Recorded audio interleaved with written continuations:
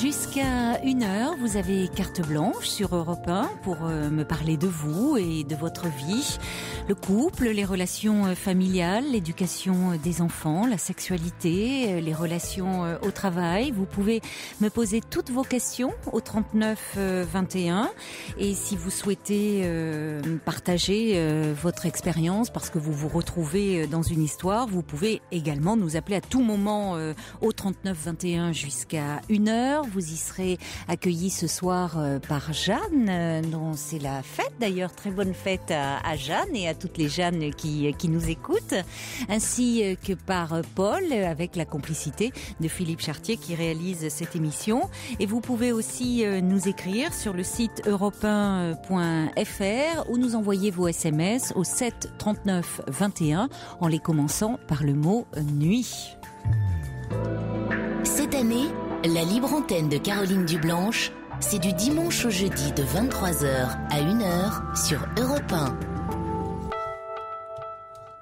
Bonsoir Sylvette. Bonsoir Caroline.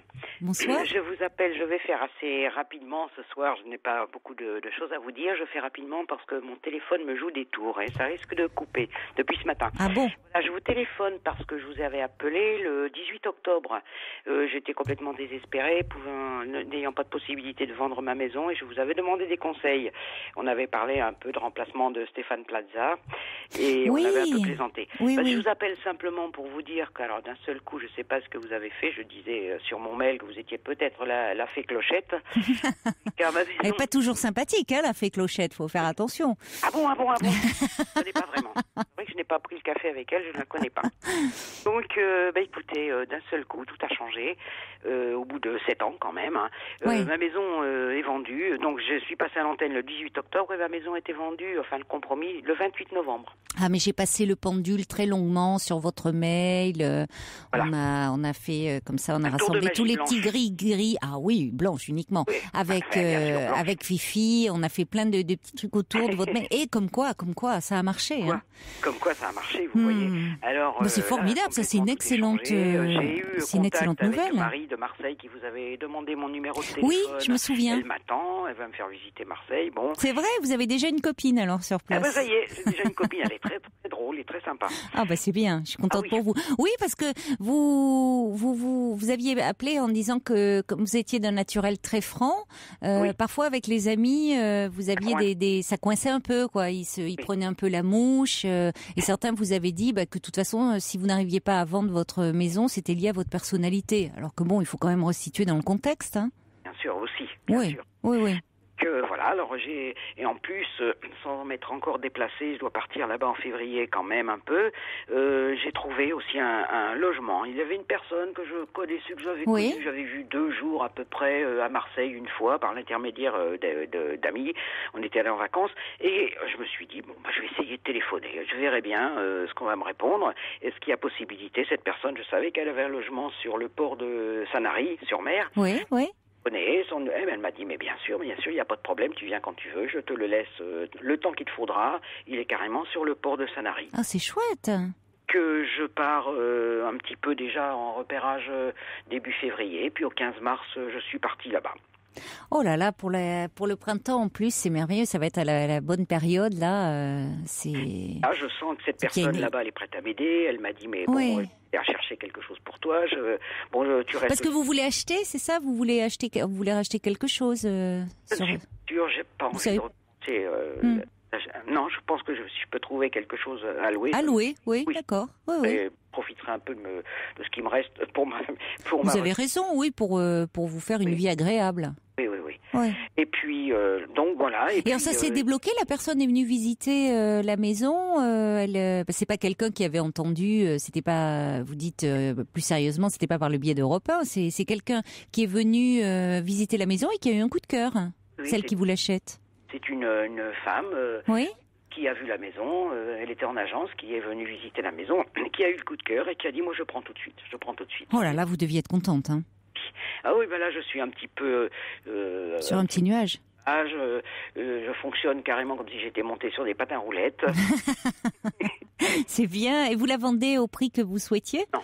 Non, j'étais obligée, je n'avais pas le choix. C'était baissé encore. Ben oui, en ce moment, c'est vrai que l'immobilier, c'est pas facile. Enfin, ça dépend. À Paris, certaines régions, c'est toujours le prix du mètre carré descend pas tellement, mais c'est vrai que c'est plus dur. Comment ? En Méditerranée non plus. Ah non, ça, il y a des régions où c'est toujours très cher. Hein.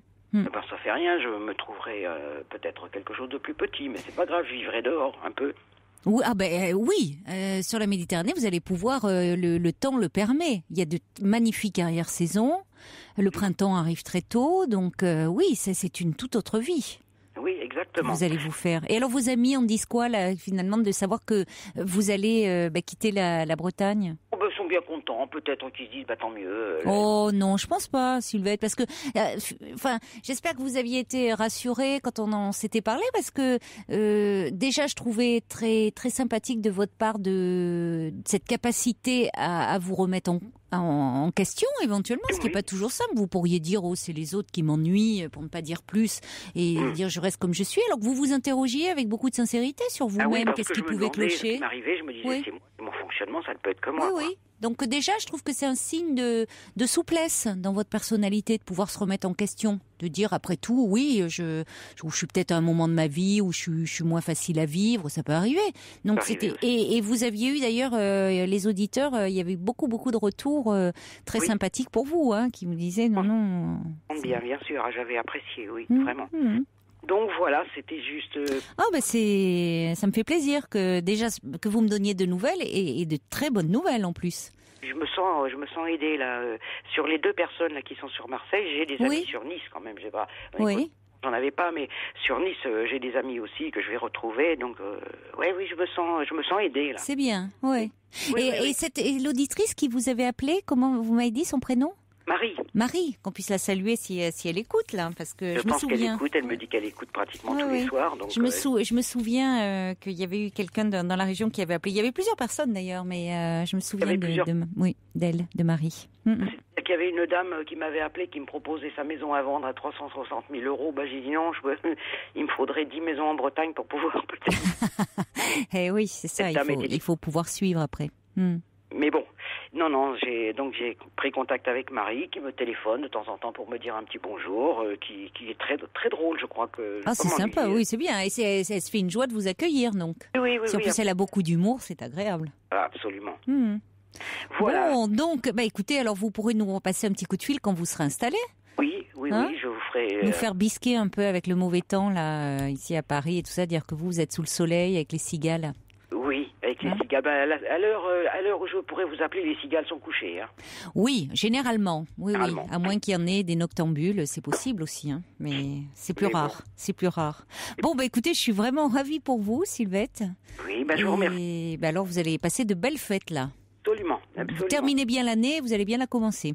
Et vous aussi, terminez bien l'année, passez une bonne fête. Merci beaucoup. Et puis je vous remercie beaucoup. Moi, vous savez, j'y suis pas pour grand-chose. Hein.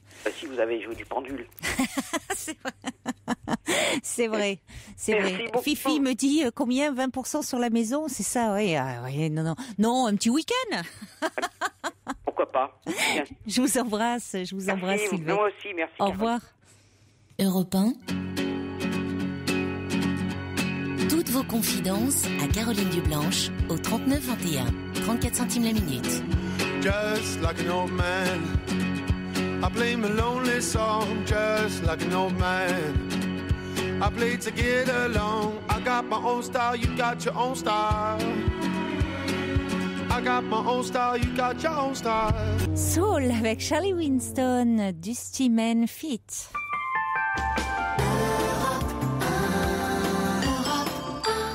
Dusty Man tout court. Et oui, fit, ça veut dire avec. C'est pas with avec. C'est curieux. Bon. Ah oui, moi j'ai toujours appris que c'était with. Bon, écoutez, je suis pas encore au point dans mes cours d'anglais. Qu'est-ce que vous voulez, c'est comme ça. Donc le titre c'est juste Dusty Man. Un petit clin d'œil amical à Annabelle et à son mari parce que Annabelle m'envoie un petit SMS pour me dire voilà, mon mari va encore me dire en venant se coucher, tu es encore avec Caroline, mais il écoute aussi le mari. A-t-il vraiment le choix, Annabelle, hein? Vous pouvez de temps en temps, si vous voulez vous retrouver un peu, mettre la radio en sourdine, je ne vous en voudrais pas. Bonsoir Grégory. Oui, bonsoir Caroline. Bonsoir. Comment allez-vous? Ça va bien et vous? Écoutez, je vais bien, merci. Donc j'avais déjà eu le plaisir de vous avoir en ligne il y a plusieurs mois donc au téléphone. Oui. Et donc je vous appelle ce soir car j'ai une problématique dans mon couple. Enfin, je vis en couple depuis bientôt 4 ans avec mon ami et je participe de moins en moins financièrement aux charges du foyer, que ce soit loyer, enfin les frais incompressibles. Oui.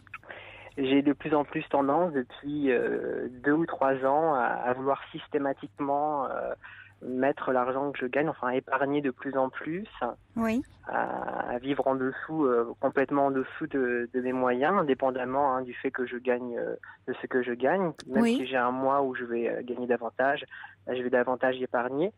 Et vous n'avez pas un salaire fixe? Ça varie selon... j'ai un salaire fixe avec une part variable, j'entends. D'accord. Et du reste, ça met un peu en difficulté notre couple parce que, bien entendu, même si mon ami est très compréhensif, il commence à ne pas comprendre, il comprend plus mon comportement. Oui, il vous le reproche, il commence à trouver que vous ne participez pas assez, que... Et puis ça pèse parce que lui de son côté, il règle tous les frais fixes du foyer, donc bien qu'il gagne beaucoup mieux sa vie que moi, il n'épargne plus. Oui, donc ça crée un décalage, oui, qui peut créer des tensions. Oui. Voilà. Et d'un autre côté, je suis parfois pris d'envie complètement compulsive. Je vais me frustrer pendant des mois, et puis tout à coup, je vais aller dans un magasin et je vais acheter le nouvel ordinateur dernier cri à 1 000 € alors que j'en ai déjà plusieurs. D'accord. Ça va être un achat inconsidéré et je vais aussitôt culpabiliser dès que je serai sorti du magasin et oui, vous n'êtes pas heureux. Oui, vous n'êtes pas dans le plaisir. Une fois acheté, vous êtes mal, vous culpabilisez. Oui, j'entends beaucoup, parfois d'acheteurs un peu compulsifs qui expliquent qu'ils se sentent bien après avoir acheté, que c'est comme de l'adrénaline, mais moi, je culpabilise encore plus, je me sens encore plus mal. C'est l'envie, en fait, l'acte d'acheter qui me plaît. Oui. Si je passe pas à l'acte, je suis frustrée, mais si je le fais, je culpabilise. Et l'un dans l'autre, ça n'apporte rien, en fait. Mais c'est une question très intéressante que vous soulevez, Grégory, et qu'on aborde peu, la question de l'argent dans le couple.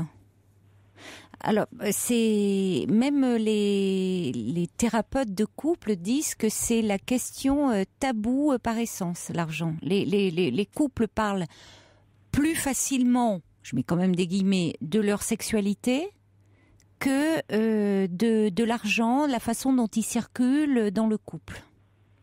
Ça reste quelque chose de très tabou. Parce que derrière cette notion d'argent, il y a beaucoup de choses. Ça en dit long sur notre rapport à l'argent. Parle de nous, de notre personnalité, de notre enfance. Et puis, avec la question de l'argent, c'est la question du pouvoir qui est abordée aussi. Donc, on n'aime pas trop aborder ça dans un couple. Pourtant, c'est toujours sous-jacent. Mais vous me dites que vous n'avez pas toujours eu ce rapport à l'argent. Non, on a essayé de réfléchir avec mon ami ce qui avait déclenché. J'ai quelques pistes, c'est-à-dire qu'il y a 2 ou 3 ans, j'ai coupé. Mes parents ont complètement coupé le contact avec moi. Et j'ai eu un peu l'impression, alors que si je n'épargnais pas, que si ils me quittaient et que je me retrouvais seule, j'avais absolument besoin d'avoir une roue de secours. En fait, je me sens, ça me sécurise et ça me stresse en même temps parce que ça me culpabilise. Je suis pas certain d'être de nature complètement radine ou non, c'est autre chose. C'est une angoisse qu'il y a derrière. J'ai vraiment peur que si j'ai pas cette roue de secours, ça me sécurise. Je me dis que si du jour au lendemain il arrive quelque chose, que le couple, si on doit rompre, j'aurai de quoi me retourner, mais c'est jamais suffisant. Je me fiche à chaque fois des paliers. Je me dis quand tu auras tant d'argent épargné, tu pourras lâcher un peu du lest. Mais non, c'est toujours un autre palier.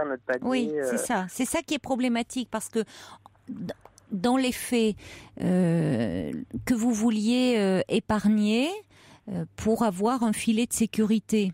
C'est pas une attitude problématique. Au contraire, c'est même une attitude adaptée à la réalité.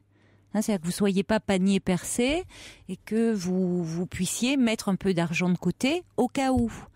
Là où ça devient, vous avez raison, problématique, c'est que c'est jamais assez. C'est-à-dire que vous êtes pris dans une spirale. Il en faudrait toujours plus et ça ne comble pas votre insécurité. J'avais au départ l'impression que si la somme atteignait un peu mon idéal, enfin ce que j'estimais comme étant eh bien non, ça ne suffit pas et je vois que mon ami, lui, c'est moi qui fais la comptabilité étrangement à la maison, qui gère les comptes sur un cahier, qui lui, enfin il est nature à dépenser sans réfléchir et il dépense pas des sommes inconsidérées, mais il se pose pas la question quand il va retirer un peu d'argent ou quand il va faire les courses, s'il lui reste ou pas de l'argent, il le dépense et jusqu'à ce que la carte dise non. Ah oui, d'accord. Donc lui, il a un fonctionnement radicalement différent du vôtre. Complètement opposé. Son rapport à l'argent est complètement différent du mien. Oui, il va jusqu'à ce que sa carte lui dise non. Voilà. Et alors là, comment il réagit dans ces cas-là? Enfin, ça l'angoisse pas. Ça ne. Il prend. Enfin, il relativise. Alors que moi, la moindre petite ligne de compte que j'ai oubliée, une carte bancaire à laquelle j'ai pas pensé. Et là, je fais ces comptes régulièrement. Je me connecte sur ces comptes. Enfin, parfois, je me connecte sur mes comptes 15 à 20 fois par jour, sur les siens autant de fois. C'est obsessionnel, là, un peu. Et je culpabilise. Je me dis, moi, j'ai tant sur mon compte. Il a gagné 2 à 3 fois plus que moi ce mois-ci.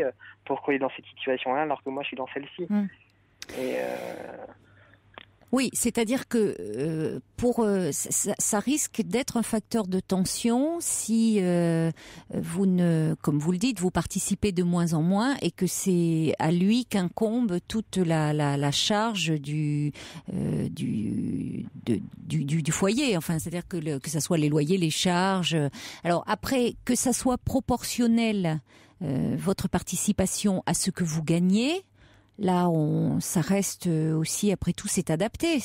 Vous pourriez, étant donné que vous gagnez moins que votre ami, votre participation devrait être moindre, mais pour autant pas totalement nulle. Ah, mais lui, c'était sa proposition. Il m'a dit, on fait un tiers de tiers. Voilà, oui, il est très très compréhensif. En plus, il est réglo là-dessus. Il m'a même proposé, par exemple, qu'on ouvre ensemble un compte commun et qu'on épargne chacun de notre côté, qu'on ait notre propre sécurité chacun. Oula, mais moi, ce qui m'angoisse aussi, c'est sa manière de dépenser. La mienne, en fait, c'est complètement à l'opposé.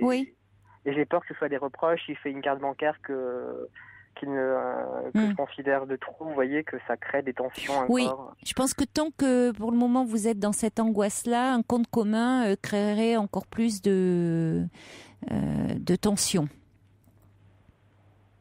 Et donc là, aujourd'hui, parfois, il y a des paroles, il y a des choses qu'il me dit, parfois ça me passe au-dessus de la tête, parfois ça me blesse énormément. Et là, avec vos parents, vous êtes toujours en rupture de lien? Oh oui, complètement. Oui. Vous pensez que ça ne peut pas s'arranger? Vous ne souhaitez pas disons reprendre? Que ma mère prend de temps en temps des nouvelles par téléphone. Mais prenons l'exemple, je l'ai appelé au début du mois pour son anniversaire. Oui. Je l'avais pas eu en ligne depuis 3-4 mois, ça n'était jamais arrivé. Oui. Ça a duré 3 minutes, elle me dit, là, je suis toute contente, Grégory, je fête mon anniversaire, il y a toute ma famille ce soir, on va être bien. Bah, je te laisse, j'ai des préparatifs. Oh là là, c'est dur. Vous lui avez pas dit que, c'est pour vous, vous vous sentiez triste de ne pas être de cette fête Bah non, j'ai pas. Elle est à côté de chez vous? Oui, on habite à côté. Oui, c'est ça, c'est pas. Bah moi, ça m'a blessé. J'ai reproché à mon copain parce que c'était lui qui m'a dit, appelle ta mère pour son anniversaire quand même, faire un effort. Et il dit, tu vois, ça sert à rien. Et vous êtes tout jeune, je vois, vous avez 24 ans? Oui. Et vous êtes en rupture avec vos parents depuis combien de temps? Depuis, oui, ça va faire 2 années qu'on ne s'est pas vu physiquement. Oui, au moins 2 ans que je les ai pas vus physiquement. C'est lié au fait que vous habitez avec votre ami, ça? J'ai l'impression que ça se passait déjà mal de mes 16 à mes 20-21 ans. Et du moment où j'ai eu une activité, ils sont sentis un peu. ils ont l'impression que la responsabilité qu'ils avaient de moi n'existait plus et qu'il n'y avait plus de raison. À partir du moment où vous gagnez votre vie. Voilà, à partir du moment où je me suis installée, qu'ils ont eu le sentiment que je suis dans une relation stable et que je pouvais me débrouiller seule. Ils ont procédé comme ça. Vous avez des frères et sœurs ? Oui. Non, ça se passe pas de la même manière. Avec ma sœur, elle est en ménage également. Elle a une situation et ça se passe différemment. C'est-à-dire qu'ils continuent éventuellement à l'aider si besoin est, financièrement ou pas ? Oui, bien sûr. Oui, parce que c'est assez curieux. Notamment, c'est mon père qui a trouvé du travail à mon beau-frère. Il l'a fait rentrer dans sa société, il l'a fait embaucher. Donc, il s'engage pour qu'elle garde une situation. Oui, et puis de toute façon, les parents sont, quand ils le peuvent, évidemment, il faut qu'ils le puissent, mais c'est pas parce que leur enfant devient autonome, est majeur et qui ne peuvent pas être là en cas de difficulté. Alors évidemment, dans la mesure où vous avez un salaire décent qui vous permet d'être autonome dans votre vie, dans votre quotidien, c'est-à-dire de payer votre loyer, vos charges et de pouvoir vivre à côté, il n'y a pas de raison que vos parents continuent, à moins que ils aient vraiment, ils soient très très bien installés, qu'ils le souhaitent, mais qu'ils participent qu'ils vont pas vous donner de l'argent de poche, parce que finalement ça pourrait être aussi un lien. Il y a l'argent, c'est du pouvoir aussi, ça peut être un lien. Un fil à la patte. Mais c'est important de savoir qu'en cas de difficulté, vous pourriez compter sur eux. Voilà, or, ce qui vous angoisse terriblement, c'est que vos parents semblent dire qu'à partir du moment où vous vous êtes mis en couple, ils n'ont plus à... C'est comme s'ils ne se sentaient, je reprends vos mots, plus responsables de vous. Or, on est toujours responsable de ses enfants, à la fois sur un plan affectif et matériel, si nos enfants, même adultes, ont besoin d'une aide. Donc c'est pas étonnant que vous soyez angoissés. Parce qu'il y a un problème là, dans leur fonctionnement. En plus, il est vrai que eux-mêmes ont toujours eu quelques difficultés financières. Oui, je me souviens que quand je me suis mis en ménage, à plusieurs reprises, ils m'ont demandé si je pouvais leur prêter un peu d'argent. Vous voyez, mais malgré tout, je me sentais, j'y réfléchissais pas, mais aujourd'hui, je me sens en insécurité complète. Je me dis que si je perds mon travail et que mon couple se brise, que vais-je devenir en fait ? Alors, il n'y a pas de raison. Vous voyez, là, vous êtes dans un tableau assez dramatique. C'est à la fois, vous envisagez que vous perdez votre travail, que il y a une rupture aussi avec votre ami, mais parce que derrière ça, la rupture affective avec vos parents vous pèse beaucoup, vous insécurise en tout cas. Eux avaient des problèmes avec l'argent, ils avaient tendance à être à découvert souvent. Comment ça se passait ? Oui, ils ont eu des grosses difficultés. On en parlait à la maison de l'argent, les enfants, vous étiez... Je me souviens de situations assez angoissantes. J'avais une dizaine d'années, mon père et ma mère pleuraient dans la cuisine le 24 au matin de ne pas avoir d'argent, en disant qu'on ne pourrait pas avoir de cadeaux. Et c'est vrai que nous-mêmes, on ressentait l'angoisse, le manque de l'argent était perceptible. Oui. Et je me souviens que ma mère a pleuré souvent le dimanche parce qu'elle n'avait pas d'argent. Et on manquait de rien, mais je ressentais cette angoisse quand même, c'est pas... Je ressentais l'angoisse que ça peut... Oui, oui. Et ça, je l'aurais souvent reproché. Oui, de vous l'avoir fait porter beaucoup, finalement. J'avais le sentiment ensuite qu'ils auraient dû le garder pour eux, que c'était leur devoir de nous protéger de ça, et pas de nous cacher la réalité du foyer, mais de nous protéger un peu plus.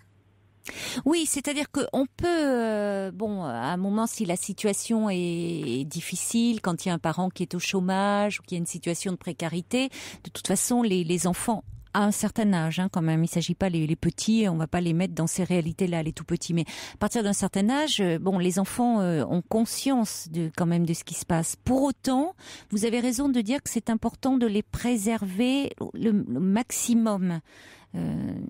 Quand là vous avez cette image de votre mère qui pleure dans la cuisine parce qu'elle se demande comment elle va finir le mois, alors que dans les faits, vous n'avez pas eu le sentiment de manquer.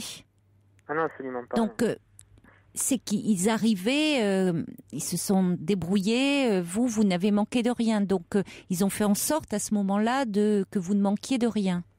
Mais ça vous a marqué, c'est-à-dire que ça crée une insécurité. Et c'est ça, parfois on peut avoir aussi ce besoin de mettre de l'argent de côté, avoir du mal à dépenser, parce qu'on est très insécurisé aussi affectivement. Alors, en même temps, comme toute frustration, c'est-à-dire que c'est frustrant aussi, il y a des moments où vous passez par l'état inverse.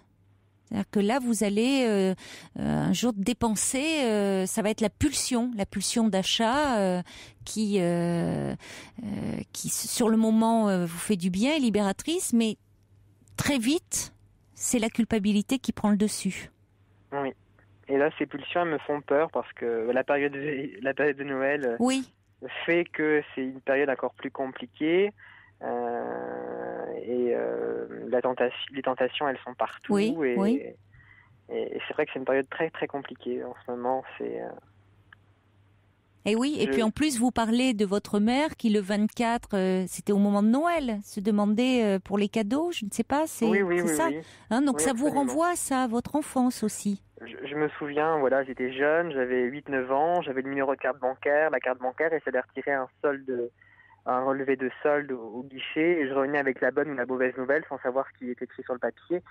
C'était... Ah oui, mais c'est vous qui reveniez avec ça. Vous vous sentiez du coup une lourde responsabilité. C'était presque fautif, alors que vous n'y étiez pour rien. Mais c'est vous qui annonciez les. Oui. C'était pas votre rôle. Mon père a des difficultés pour se déplacer. Ma mère parfois elle travaillait et donc j'allais chercher ce document et j'apportais la bonne ou la mauvaise nouvelle et on comprenait tout de suite si c'était la mauvaise nouvelle qu'on allait passer un très mauvais week-end.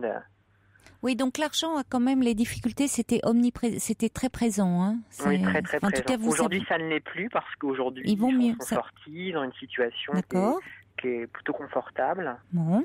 Je suis heureux pour eux. Hein. Mon frère, par exemple, mon petit frère, il vit pas du tout la même situation. Il le gâte. Oui. Mais je me sens, c'est vrai, c'est compliqué. Est-ce qu'il vous donnait de l'argent de poche ? Non, très très peu, ou alors un peu parfois. Je me dis que je me satisfaisais de peu de choses, et aujourd'hui Vous continuez.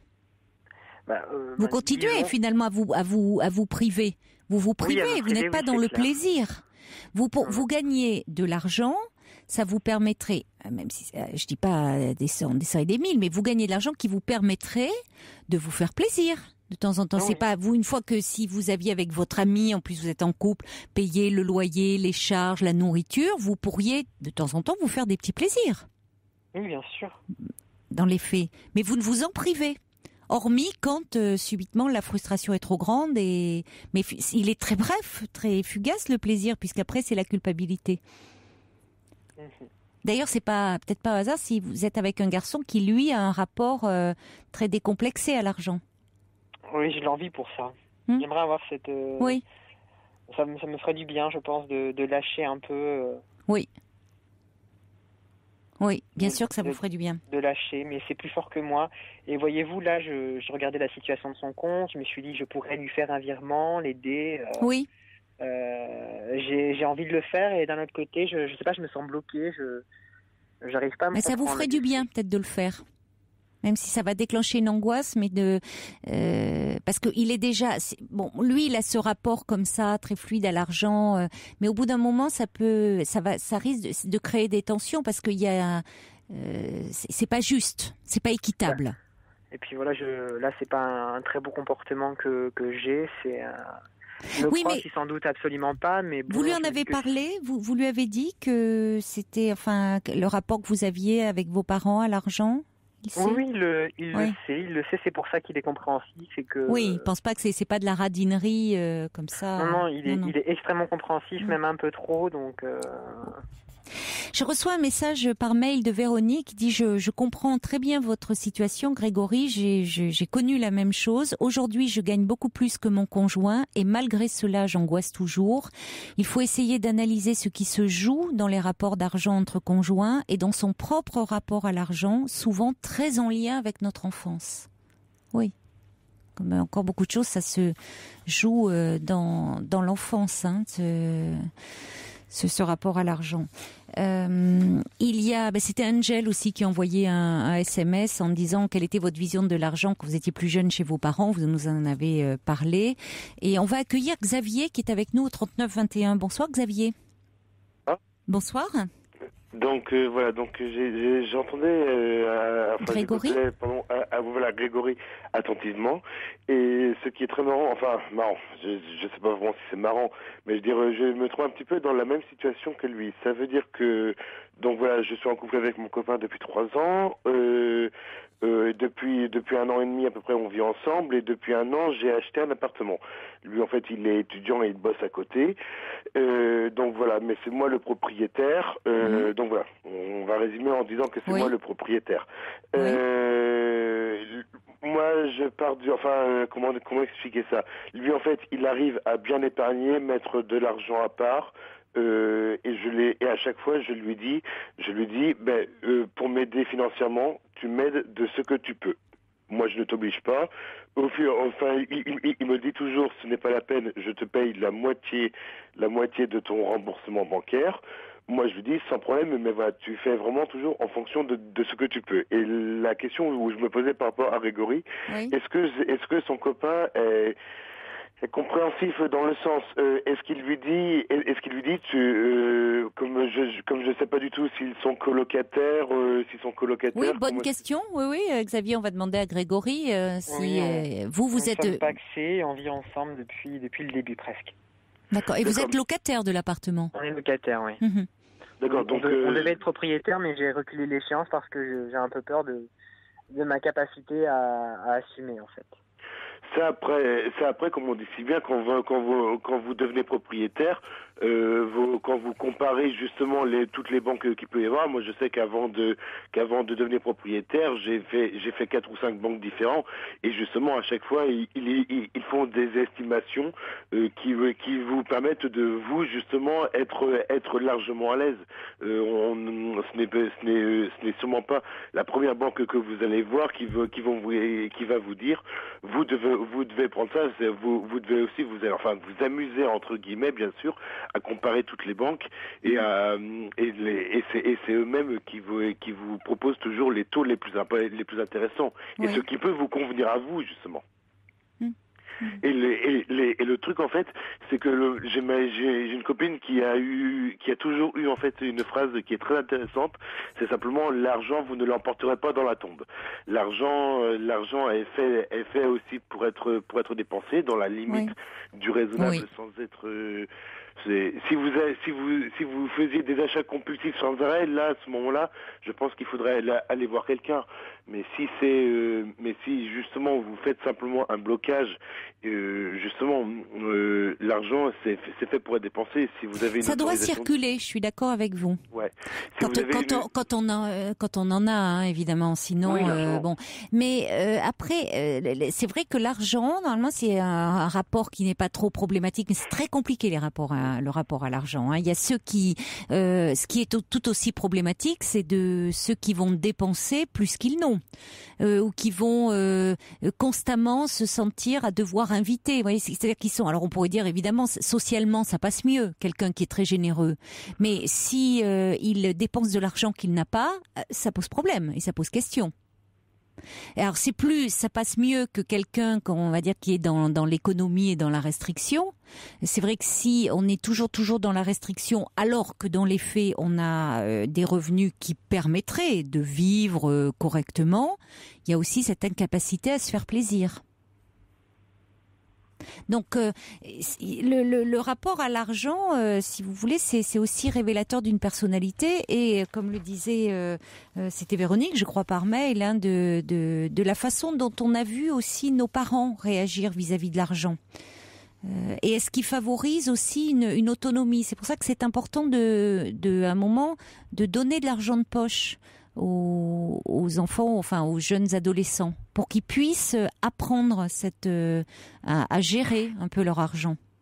Au départ, souvent, les jeunes, ils ont de l'argent de poche, ils vont dépenser tout d'un coup, les premières fois. Et puis après, ils vont se rendre compte que ils peuvent mettre un petit peu de côté et se faire plaisir. Mais dans ce que vous dites, Xavier, c'est intéressant parce que vous êtes propriétaire, vous avez dit, je vais résumer ma situation comme ça, je suis propriétaire, et vous me dites que votre ami, il veut contribuer au remboursement de l'achat, enfin des mensualités que vous payez, ce qui est une façon peut-être c'est là aussi, c'est-à-dire que lui aussi deviendrait, ça le sécurise peut-être lui, voilà. Voilà. Ce qui est marrant, c'est qu'en fait, quand on s'est lancé dans le projet d'acheter, lui, c'était sûr en fait qu'il ne pouvait pas faire partie par rapport à sa situation. Donc voilà, il ne pouvait pas faire partie de l'achat. Mais le fait est que voilà, moi j'ai toujours appris à me débrouiller tout seul. Ça veut dire que j'ai 31 ans, je suis parti de chez mes parents à 25 ans, j'ai toujours réussi à me débrouiller tout seul. Et justement, le problème, c'est que quand il est arrivé dans ma vie, justement, j'ai dû apprendre justement à partager ce qui n'est pas facile, ce qui n'est pas facile.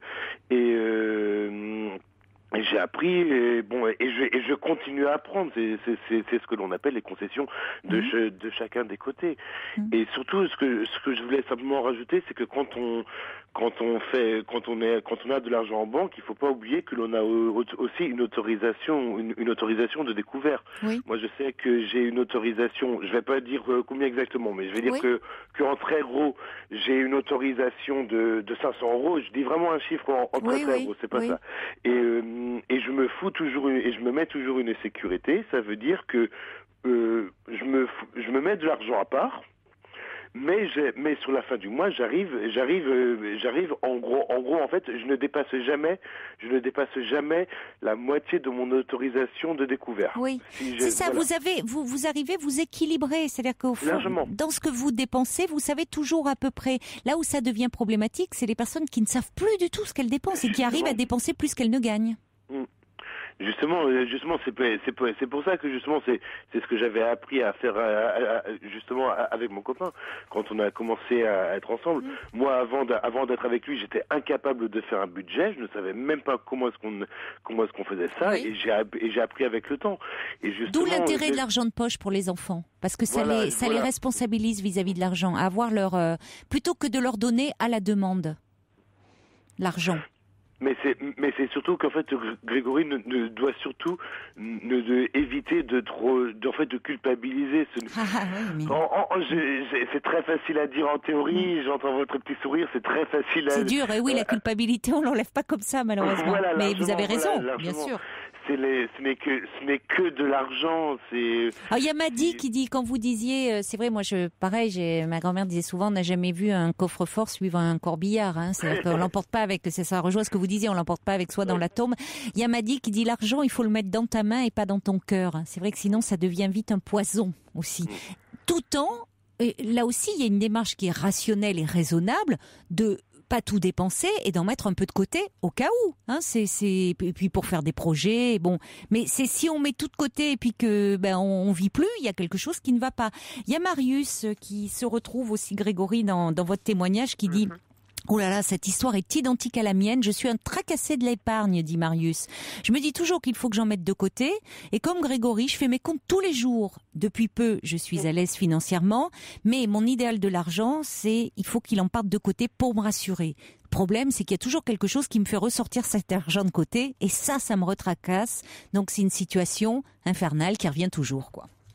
Ah oui, c'est ça. Oui, c'est un rapport angoissé. Mais derrière ça, il y a quand même, il y a votre enfance, il y a vos parents qui vous ont mis beaucoup au cœur de leurs problèmes d'argent. Et le fait que là, il y a un éloignement avec vos parents. C'est pas tout à fait une rupture de lien puisque vous avez appelé votre mère, mais vous vous sentez exclu de la famille. Donc ça vous insécurise beaucoup. Et pourquoi vous n'arrivez pas à dire, quand vous avez appelé, par exemple, cet exemple, il est frappant, votre mère qui vous dit, c'est bien, on fait la fête, ce soir pour mon anniversaire, tout le monde est là, je suis ravie. Non, tout le monde n'est pas là. Vous n'y étiez pas. Vous n'étiez pas invité. Et ça vous fait souffrir. Il serait important de lui dire. J'ai peur qu'elle n'entende pas et que je sois encore plus déçue. Oui. Le problème, c'est que seulement, enfin, vous êtes son fils, donc, enfin, dans un truc idéal, je pars du principe qu'à partir du moment où vous êtes son fils, elle doit quand même réussir à vous écouter, même si au bout d'un moment elle n'arrive pas à l'admettre, elle doit, enfin, je pense que tout est dans la tournure de la phrase aussi, mais si vous lui dites aussi au bout d'un moment que vous saturez de cette relation tendue, si elle a un minimum de bon sens, enfin, moi je vais dire les choses comme je le pense. Si elle a un minimum de bon sens et de lien et d'amour, oui, et de lien voilà, d'amour et de lien fraternel, elle ne pourra que vous écouter. Qui plus est, si vous arrivez à lui faire prendre conscience, comme vous disiez auparavant, qu'il y avait une différence de faveur entre vos frères et peut-être vos sœurs, j'ai pas entendu si vous aviez des sœurs, oui. Entre vos frères et sœurs et vous, peut-être que si justement elle n'a pas eu en fait l'évidence en face des yeux, il faudrait peut-être aussi appuyer sur ça aussi. Mais oui, mais la difficulté c'est que plus je suis déçu, plus je me bloque. C'était l'anniversaire de ma sœur quelques jours plus tard, je l'ai même pas appelé pour le lui souhaiter, j'ai eu quelques reproches et... Des reproches de qui ? Des reproches de qui ? Pas de mon frère, hein, disant que ma sœur était déçue.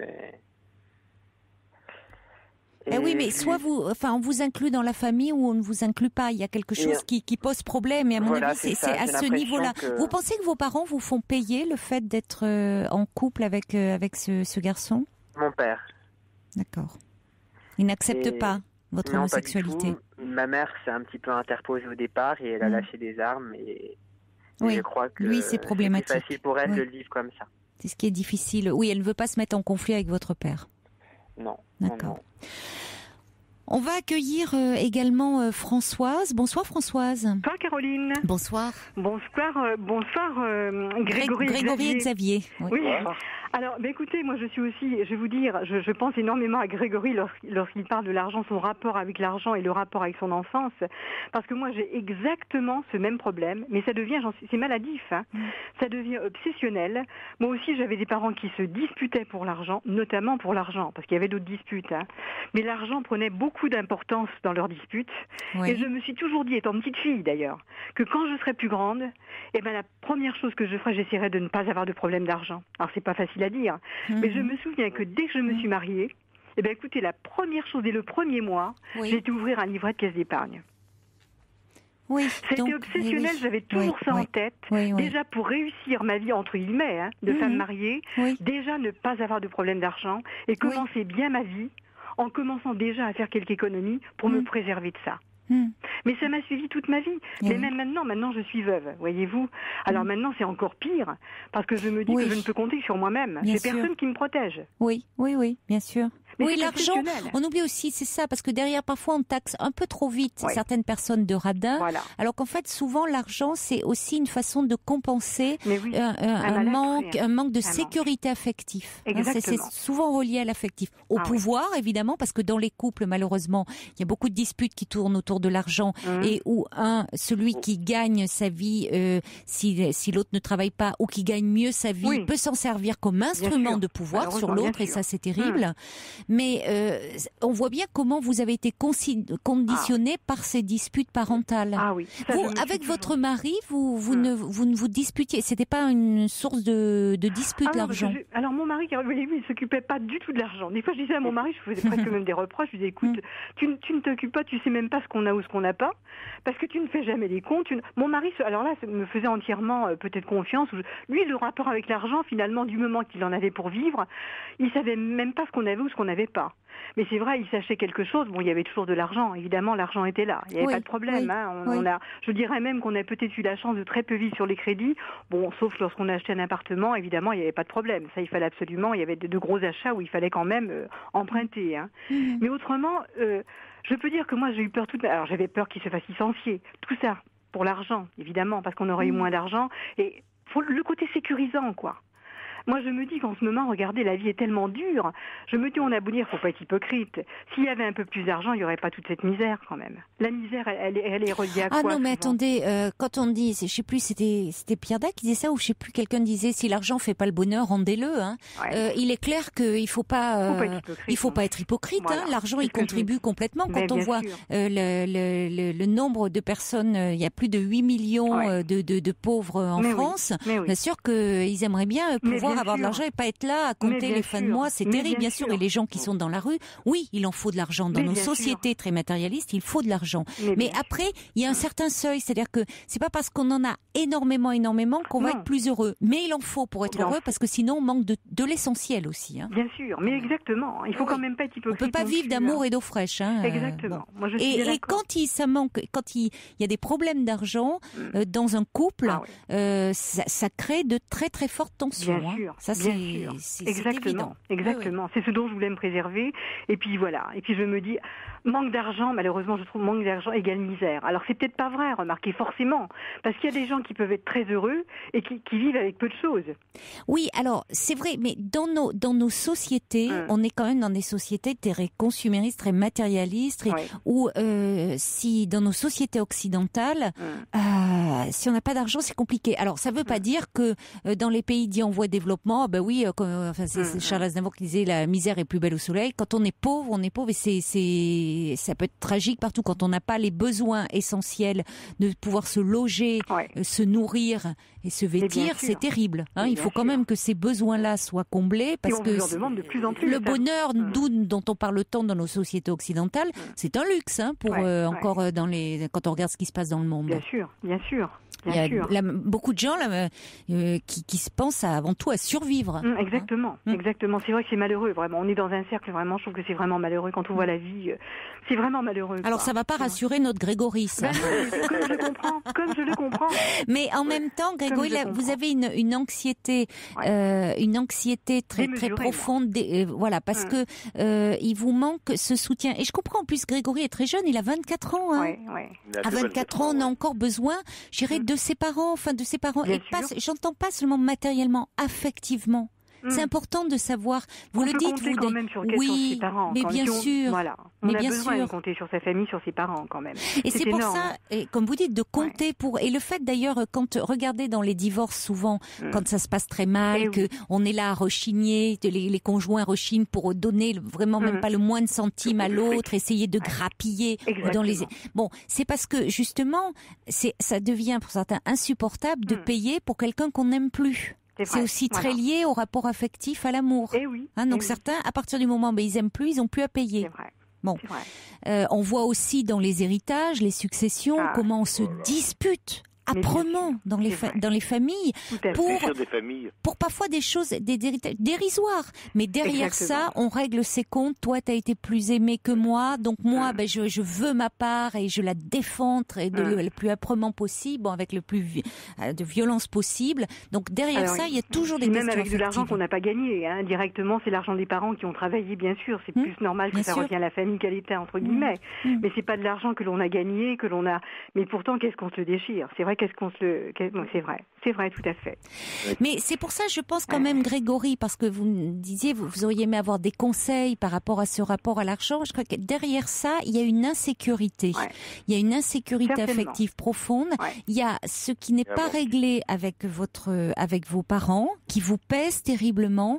Et je pense qu'il faudrait vraiment trouver un lieu pour parler de cela.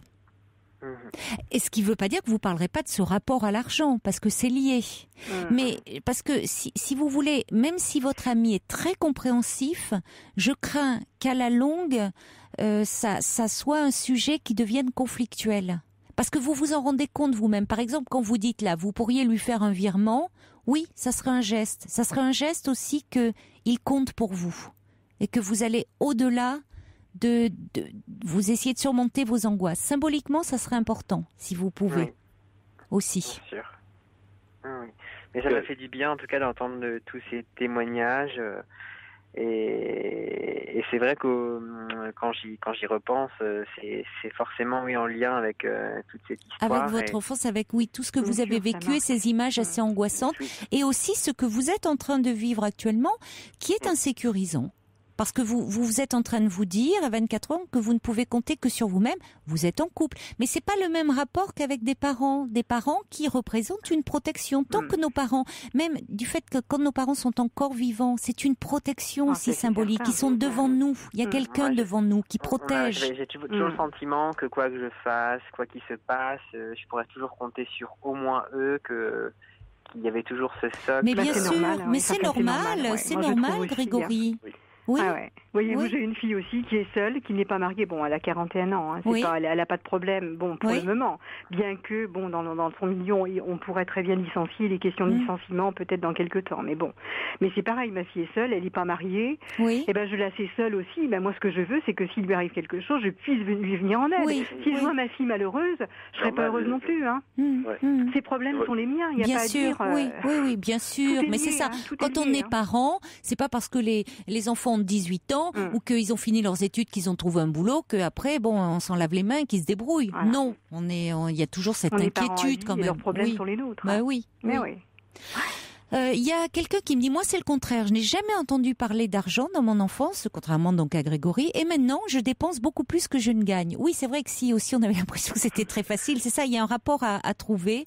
Et puis il y a Carole qui dit, je suis obsédée par les économies, car mes parents empruntaient à leurs amis tant ils dépensaient, et mon ex-mari est en surendettement. On peut comprendre aussi, hein. Il y a Marius qui décidément le sujet l'inspire. Il dit moi je fais toujours mes comptes aussi, toujours à me demander comment sera l'avenir. Je mets de l'argent de côté, mais il y a toujours un truc qui arrive et qui m'amène à faire ressortir cet argent de côté. Et oui, Marius, l'argent se circule. Alors il dit, ma femme n'a pas ce souci. Je connais pas ses comptes, mais à compter comme ça, je me doute que ces fins de mois doivent être dans le rouge. Bah oui, si c'est elle qui finance tout, Marius. Bon, en tout cas, je pense, Grégory, c'est un sujet. C'est vrai que peut-être qu'on réabordera, ou d'ailleurs, moi, j'aimerais faire une émission thématique le dimanche sur le couple, et donc on abordera ce rapport à l'argent, parce que je trouve que je vous dis, souvent les thérapeutes de couple disent que c'est le sujet tabou, beaucoup plus que la sexualité. D'ailleurs, donc on pourra en parler. Émissions du dimanche, j'attendais les émissions thématiques depuis bien longtemps, et je suis heureux qu'on en retrouve. Ah, bah écoutez, je suis ravie parce que moi aussi j'en avais envie depuis longtemps. Donc, vous voyez, je suis contente que savais quand vous en la direction donner l'accord pour le faire. Voilà. Donc, que ce soit Bruno Gaston, le directeur des programmes, Caroline Cochot et bien sûr Denis Oliven. Hein. Donc voilà, je suis ravie que ça se fasse et que ça vous plaise. Bon, mais allez en parler, Grégory. Ne restez pas avec cette angoisse, d'accord? Et merci beaucoup à vous, Xavier, Françoise, d'avoir été avec nous. Je vous en prie, Caroline. Ça a été un plaisir de pouvoir passer à l'antenne et de pouvoir parler un petit peu à vous tous. Mais c'est plaisir partagé. On avait au moins les mêmes soucis et les mêmes angoisses. Ça fait du bien bien sûr. De pouvoir les partager. Elles doivent être assez communément partagées par les temps qui courent. Mais c'est vrai, il ne faut pas dire que les gens sont forcément radins. Loin de là. Non, c'est autre chose. Je vous assure, c'est vraiment autre chose. Bien sûr, bien sûr. J'ai du mal à me sécuriser. On n'est jamais sécurisé. Merci beaucoup. Merci beaucoup à vous tous. Au revoir. Bonsoir Caroline. Bonsoir Grégory et Xavier. Bonsoir. Caroline Dublanche sur Europe 1, 39 21, 34 centimes la minute. I'll never quite understand why we love to carry on wars as we do. And I haven't yet opened the doors that your bullets are already flying through. Merci d'avoir choisi Europe 1. Il est minuit. Le journal présenté par Laurence Gauthier. Bonsoir Laurence. Bonsoir Caroline, bonsoir à tous. Tout d'abord, attention à la neige et au verglas si vous habitez dans l'ouest de la France. 20 départements sont placés en alerte orange cette nuit et ce jeudi. Les départements concernés sont situés en Bretagne, dans les Pays de la Loire, le centre et l'Île-de-France. Soyez donc très prudents si vous prenez le volant. Quelques conseils de Bernard Derniche. Il est le président de l'Institut citoyen de la route. Il faut regarder devant, derrière et partout et tester l'adhérence en mettant un coup de frein de plus en plus appuyé, de façon à occasionner le blocage des roues. Et si vous voyez vraiment que vous partez en luge et qu'il n'y a pas d'adhérence du tout, il faut s'arrêter. Vous démarrez de préférence sur la deuxième en faisant patiner un petit peu l'embrayage et quand vous trouvez l'adhérence, vous mettez la troisième.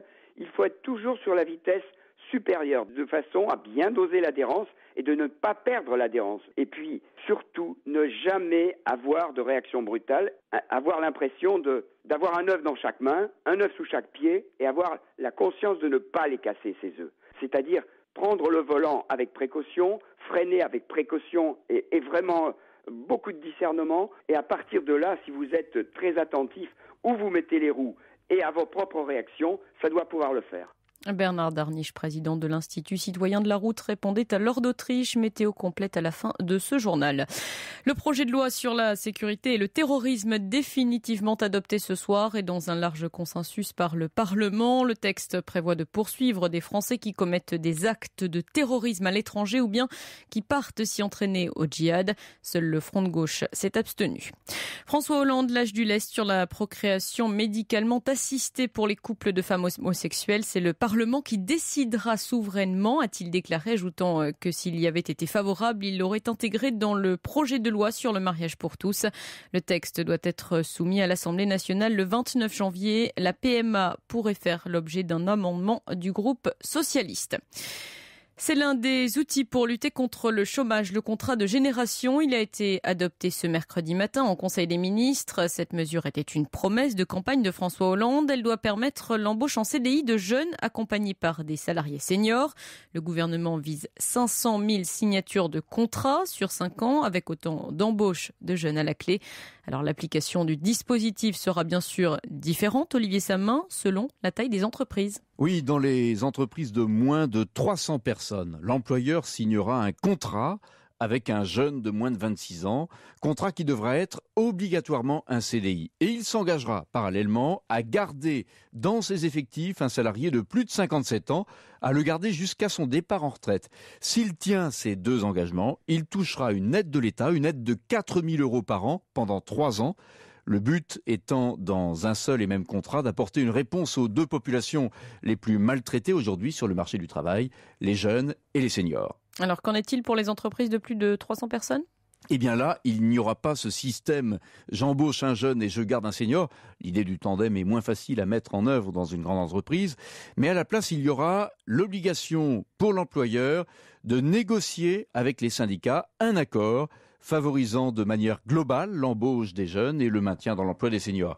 Et si l'entreprise se dérobe, eh bien elle s'exposera à des sanctions financières. Olivier Samin.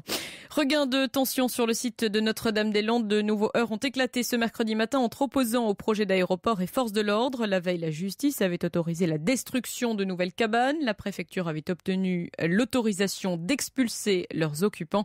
Reportage Pierre-Baptiste Vandini. Les opposants ne peuvent plus désormais se réfugier derrière les recours en justice. Le tribunal de Saint-Nazaire autorise à la fois la destruction des cabanes et l'expulsion des habitants.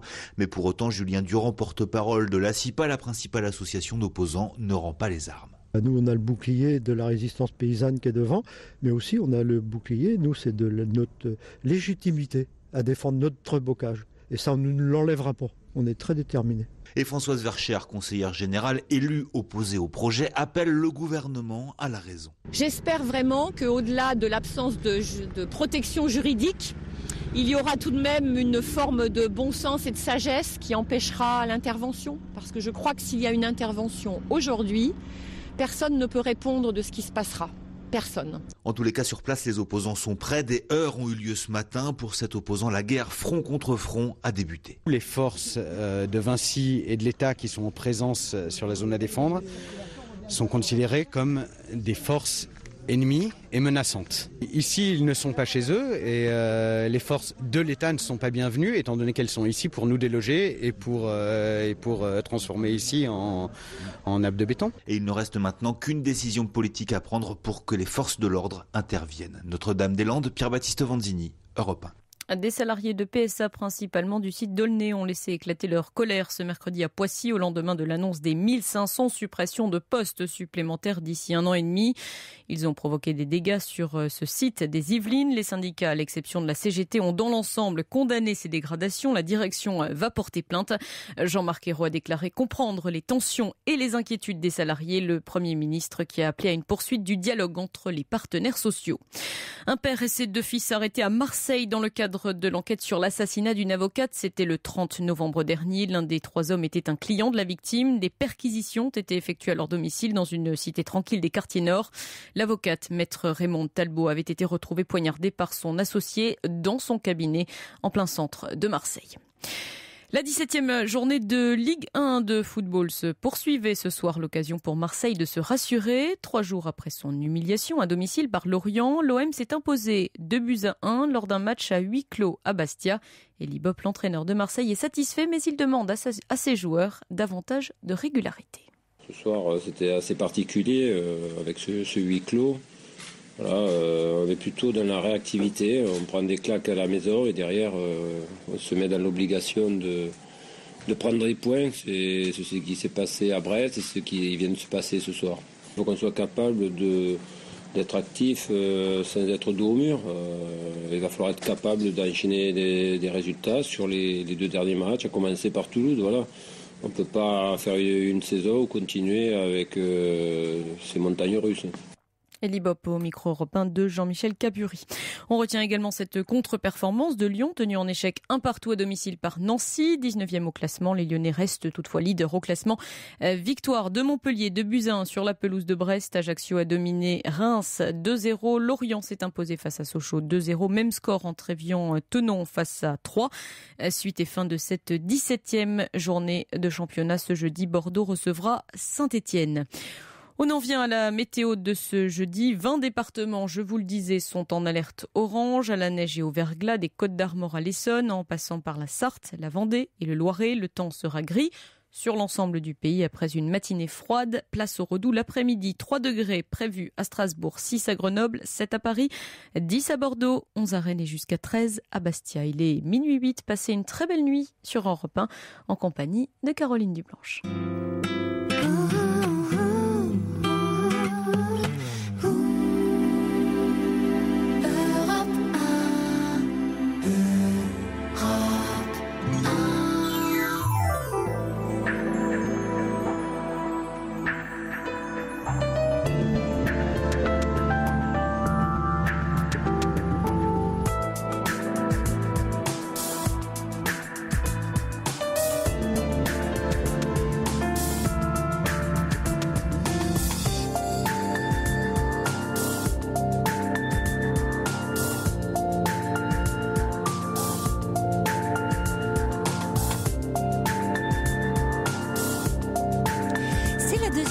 De votre libre antenne. Nous sommes toujours en direct, bien sûr, sur Europe 1 et vous pouvez continuer à appeler le 39 21 pour nous parler de vous. Alors, il y a un mail là qui arrive de Nicolas suite au témoignage de Grégory qui nous parlait de son rapport à l'argent.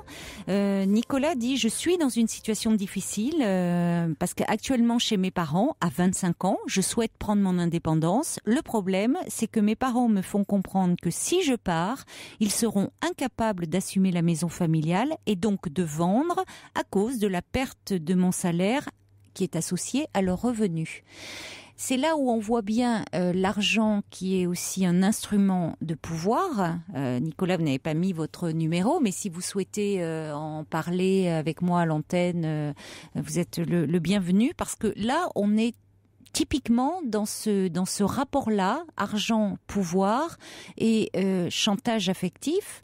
C'est-à-dire qu'alors que vous avez 25 ans, que vous souhaitez prendre votre indépendance, ce qui est très sain, et que vos parents devraient être heureux de cela et vous encourager à prendre votre indépendance, ils vous culpabilisent, et de quelle façon? En disant qu'ils devront vendre la maison si votre salaire n'est pas associé à leur revenu. Mais derrière cette question de l'argent, il y a surtout le fait que vos parents ne supportent pas que vous preniez votre indépendance. Alors j'aimerais savoir si vous êtes fils unique, si vous avez des frères et sœurs, mais il faut vraiment que vous arriviez à sortir de cette problématique, parce que ça peut durer longtemps comme ça, et de passer à côté de votre vie. Or, vous avez raison de vouloir vivre votre vie. Et puis il y a Madi qui envoie un petit SMS au 7 39 21 en commençant par le mot nuit, qui dit il devrait exister, vraiment c'est dommage, des fricologues, voilà, comme Oui, ouais. Il y a des psys qui s'occupent aussi de ça, cela dit, rassurez-vous. Allez, on va maintenant accueillir Christophe. Bonsoir. Bonsoir Christophe. Bonsoir Caroline. Bonsoir. Oui, donc je vous appelle, je vous écoute tous les soirs d'ailleurs. Je vous remercie. Je travaille en poste de nuit tout le temps et c'est vraiment des bonnes émissions, quoi. Merci beaucoup. Vous travaillez la nuit aussi ? Oui, je travaille la nuit. Qu'est-ce que vous faites ? Pour des centrales. Vous êtes conducteur d'engin pour ? Voilà, c'est ça, pour une centrale thermique. D'accord. Ah, ouais. D'accord. Donc on rend du charbon pour le brûler, pour faire du courant avec, quoi. D'accord, oui, comme ça. Et on en a bien besoin là en ce moment. Oh, c'est clair, vous avez vu les températures, chez nous c'est moins 7 degrés actuellement. Vous êtes où là actuellement ? Vous êtes en Lorraine. En Lorraine ? Ah oui, oui, en effet, oui. Donc oui, voilà, je vous téléphone parce que c'est vrai que j'entends beaucoup les conseils que vous donnez et puis je voudrais bien en avoir parce que j'ai une fille de 13 ans que je n'arrive pas du tout à gérer et ma femme non plus. D'accord. Donc, pourquoi ? Parce qu'elle a des problèmes de comportement ? Qu'est-ce qui se passe ? Très agressif, impulsif, ce qui fait qu'on n'arrive pas à la gérer, on n'arrive pas à la canaliser, quoi. J'ai deux filles plus jeunes. Oui. Et ça se passe très bien. Elles écoutent tout ce qu'on leur dit, elles sont gentilles, elles sont affectives et tout. Et elles, c'est carrément tout le contraire. Pourtant, on les a éduquées toutes les trois pareilles. Oui. Et on comprend pas où ça bloque. Le problème, c'est que on a tout le temps des problèmes avec le collège qui nous appelle sans arrêt. Quand on lui fait la morale, c'est des menaces de fugue, des menaces de suicide. Récemment, là, ce qui m'inquiète, c'est que ma belle-mère m'a appelé dans la semaine pour me dire qu'elle s'était confiée à elle en lui disant qu'elle se piquait avec des copains dans le bras pour se faire violence. Ouh. Et donc voilà. Vous avez remarqué, vous avez vu sur ses bras qu'il y avait des traces de piqûres. Des échymoses. Elle a des échymoses, elle a des bleus même, donc on s'inquiète, quoi. Oui, donc, vous avez raison, de vous inquiéter, oui. À l'âge de 5 ans, on l'a ramenée déjà chez un pédopsychiatre à l'époque parce que depuis toute petite, elle est perturbée. Elle a toujours été nerveuse, impulsive. J'ai encore regardé récemment des vidéos d'elle quand elle était petite. Oui, petite, c'est-à-dire vers quel âge ? Elle a toujours été comme ça. Elle a toujours été s'énerver. Bébé déjà ? Oui, bébé, déjà, quand elle toute petite. D'accord. Déjà, à l'âge de 11 mois, quand elle a commencé à marcher, tout ce qui n'allait pas, elle le jetait contre le mur et tout. Et puis, voilà. Donc là, récemment, je lui ai acheté un lecteur MP3 et parce qu'il a un peu bugué, du coup, elle l'a acheté contre le mur, quoi. Un appareil à 50 oui, elle n'arrive pas à se maîtriser. Elle est, comme vous dites, très impulsive. Il y a une grande... Elle supporte pas la frustration. Le truc qui me fait peur, c'est que maintenant, j'ai un chien qui a le même âge qu'elle, donc qui a grandi ensemble. Oui. Et actuellement, il est en phase terminale d'une tumeur au foie. Et ce qui fait que le vétérinaire nous a dit qu'il passerait peut-être pas Noël, quoi. Donc, ce qui fait que c'est encore un truc en plus qui accélère encore les crises, quoi. Ce qui fait qu'on ne sait plus quoi faire avec elle, quoi. Elle est très angoissée. Elle est très angoissée parce qu'elle est très attachée à ce chien. Oui, il a le même âge qu'elle. Elle a toujours connu. Elle a le même âge. Elle a toujours mis petite dans la poussette, déguisée. Donc elle a son mot de passe de son téléphone, c'est ça. Son mot de passe de son ordinateur portable, c'est ça. Donc c'est le nom de son chien. Donc c'est vraiment elle vit une histoire avec son chien, quoi. Oui, une histoire d'amour avec ce chien. Voilà, qui doit être son confident, qui doit être. Exactement, Dès qu'il y a un problème, donc là, elle va toujours le voir. Comme un enfant avec un animal, il y a une très très grande complicité, une très grande. Il confie à l'animal des choses qu'ils ne peuvent pas dire parfois à d'autres. Et donc là, elle sait qu'il est malade et vous avez dit qu'il risquait malheureusement, il n'existait pas de traitement pour le soigner. Oui. Voilà, on lui a Qu'est-ce qu'elle en dit ? On était chez vétérinaire la semaine dernière, il nous a bien dit que c'était stade final, quoi. Il avait une tumeur au foie et je pense pas qu'il tiendra jusqu'à Noël, quoi. Donc on lui a appris ça, elle s'est effondrée, quoi. Elle s'est mise à pleurer des larmes pendant des heures et des heures, quoi. Elle s'est enfermée dans sa chambre et puis elle faisait que de pleurer, quoi. Et donc c'est vrai que on n'arrive pas à gérer parce qu'entre ça, les crises qu'elle nous fait à l'école, à la maison. Qu'est-ce qu'elle fait à l'école ? Des bagarres avec des copines, s'amuse avec des bombes lacrymogènes, des trucs comme ça, quoi. Donc c'est des bagarres, c'est des insultes envers les professeurs. J'ai été convoqué à plusieurs reprises. J'ai même été alerté par l'infirmière pour peut-être un cas d'anorexie future, parce que elle est très grande physiquement et mince. et elle est vraiment à la limite l'anorexie, quoi. Et donc. Et par rapport à la nourriture, comment elle se comporte? Vous avez remarqué qu'elle commençait à trier les aliments tout le temps. Mais c'est pas maintenant, hein, c'est même petite. On est toujours obligé de la forcer à manger, tout le temps. Hein. On est tout le temps derrière. Si maintenant on la surveille pas, elle va manger un petit bout de pain et elle va partir. J'ai mangé, donc moi je la rappelle, je la fais rasseoir et après du coup elle mange et après elle profite. Mais on est obligé de la reprendre, sinon elle le fait pas d'elle-même. Oui, elle aurait tendance. Et depuis petite, ça, elle a un rapport compliqué. Depuis le collège, quoi. Depuis l'âge depuis 11 ans. Ça fait depuis 2 ans que c'est comme ça, quoi. Depuis qu'elle est en Oui, donc il faut. Alors, c'est d'autant plus à surveiller parce que c'est au moment comme ça de la puberté. Je sais pas. Elle est réglée, Oui, ça oui. Oui, mais alors c'est important parce que c'est vraiment un âge qui peut être très très problématique puisque dans le rapport, enfin la construction de la féminité, c'est souvent à cet âge-là qu'on voit se mettre en place des anorexies. Hein, donc, vous avez vu, elle est suivie par le pédiatre. Qu'est-ce qu'il en dit? Écoutez, pour l'instant, elle est juste suivie par mon médecin traitant et donc. D'accord, votre médecin traitant, oui, peu importe, oui, c'est voilà, très bien. Ouais, elle est suivie. Donc pour l'instant, il dit son IMC, elle est correcte, mais elle est à la limite, quoi. Mais on la surveille. Il a dit, il faut vraiment la forcer à manger, c'est ce qu'on fait, quoi. Hein. Dès qu'elle mange un pain ou une assiette, on la force pour remanger une deuxième fois, quoi. Et elle mange quand même. Elle souffle, mais on la force et elle mange quand même, quoi. Hein. Mais bon, on surveille. Il n'y a pas de vomi derrière ou quelque chose, quoi. Je vois sur votre fiche qu'elle parlait aussi de fugue. Oui, elle a déjà parlé à ma belle-mère en disant que si ça continuait, comme elle n'est pas aimée par notre famille, qu'elle voulait partir, quoi. Même de suicide, elle a déjà parlé. Hein. Elle a parlé de ça, sa grand-mère? Ah, sa grand-mère, ma belle-mère, oui. Et, récemment, là? Oui, il y a 2-3 mois en arrière, je pense. C'est depuis 2-3 mois que ça a vraiment accentué. On a l'habitude de son sale caractère, bon, parce que je sais, j'en ai aussi un sale caractère, donc je sais qu'elle tient un peu de ça de moi. Mais bon, de voir que là, vous êtes un père très très attentif, c'est ce que dit First Lisa. D'ailleurs, elle a de la chance, vous soyez très très attentif. Mais il y a un tableau quand même assez préoccupant. Donc où il est important là de voir un pédopsychiatre. Hein, il faut voir un spécialiste. Quand elle avait vu petite, c'était déjà pour ses problèmes de comportement. Oui, qu'est-ce qu'il en était ressorti de ces séances avec le pédopsychiatre? Écoutez, on a parlé avec la pédopsychiatre et elle nous a dit, écoutez, c'est une fille qui est très caractérielle, et puis elle a fait 5 séances avec elle, mais franchement, ça n'a absolument rien changé. Hein.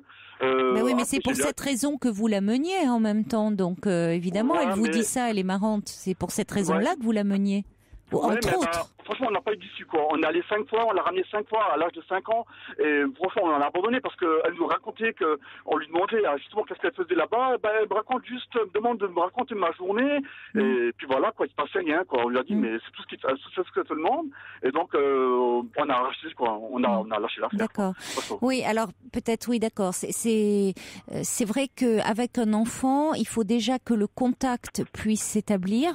Vous voyez, qu'il se crée une relation de confiance, comme avec un adulte d'ailleurs, mais l'adulte, c'est lui qui choisit de faire la démarche en général, hein, qui va vers un psy, alors que l'enfant, il est amené par ses parents. Il est forcé, c'est pas lui, c'est rare qu'il soit demandeur. Ça arrive, il y a des enfants qui demandent à aller parler, bon, mais c'est plus rare.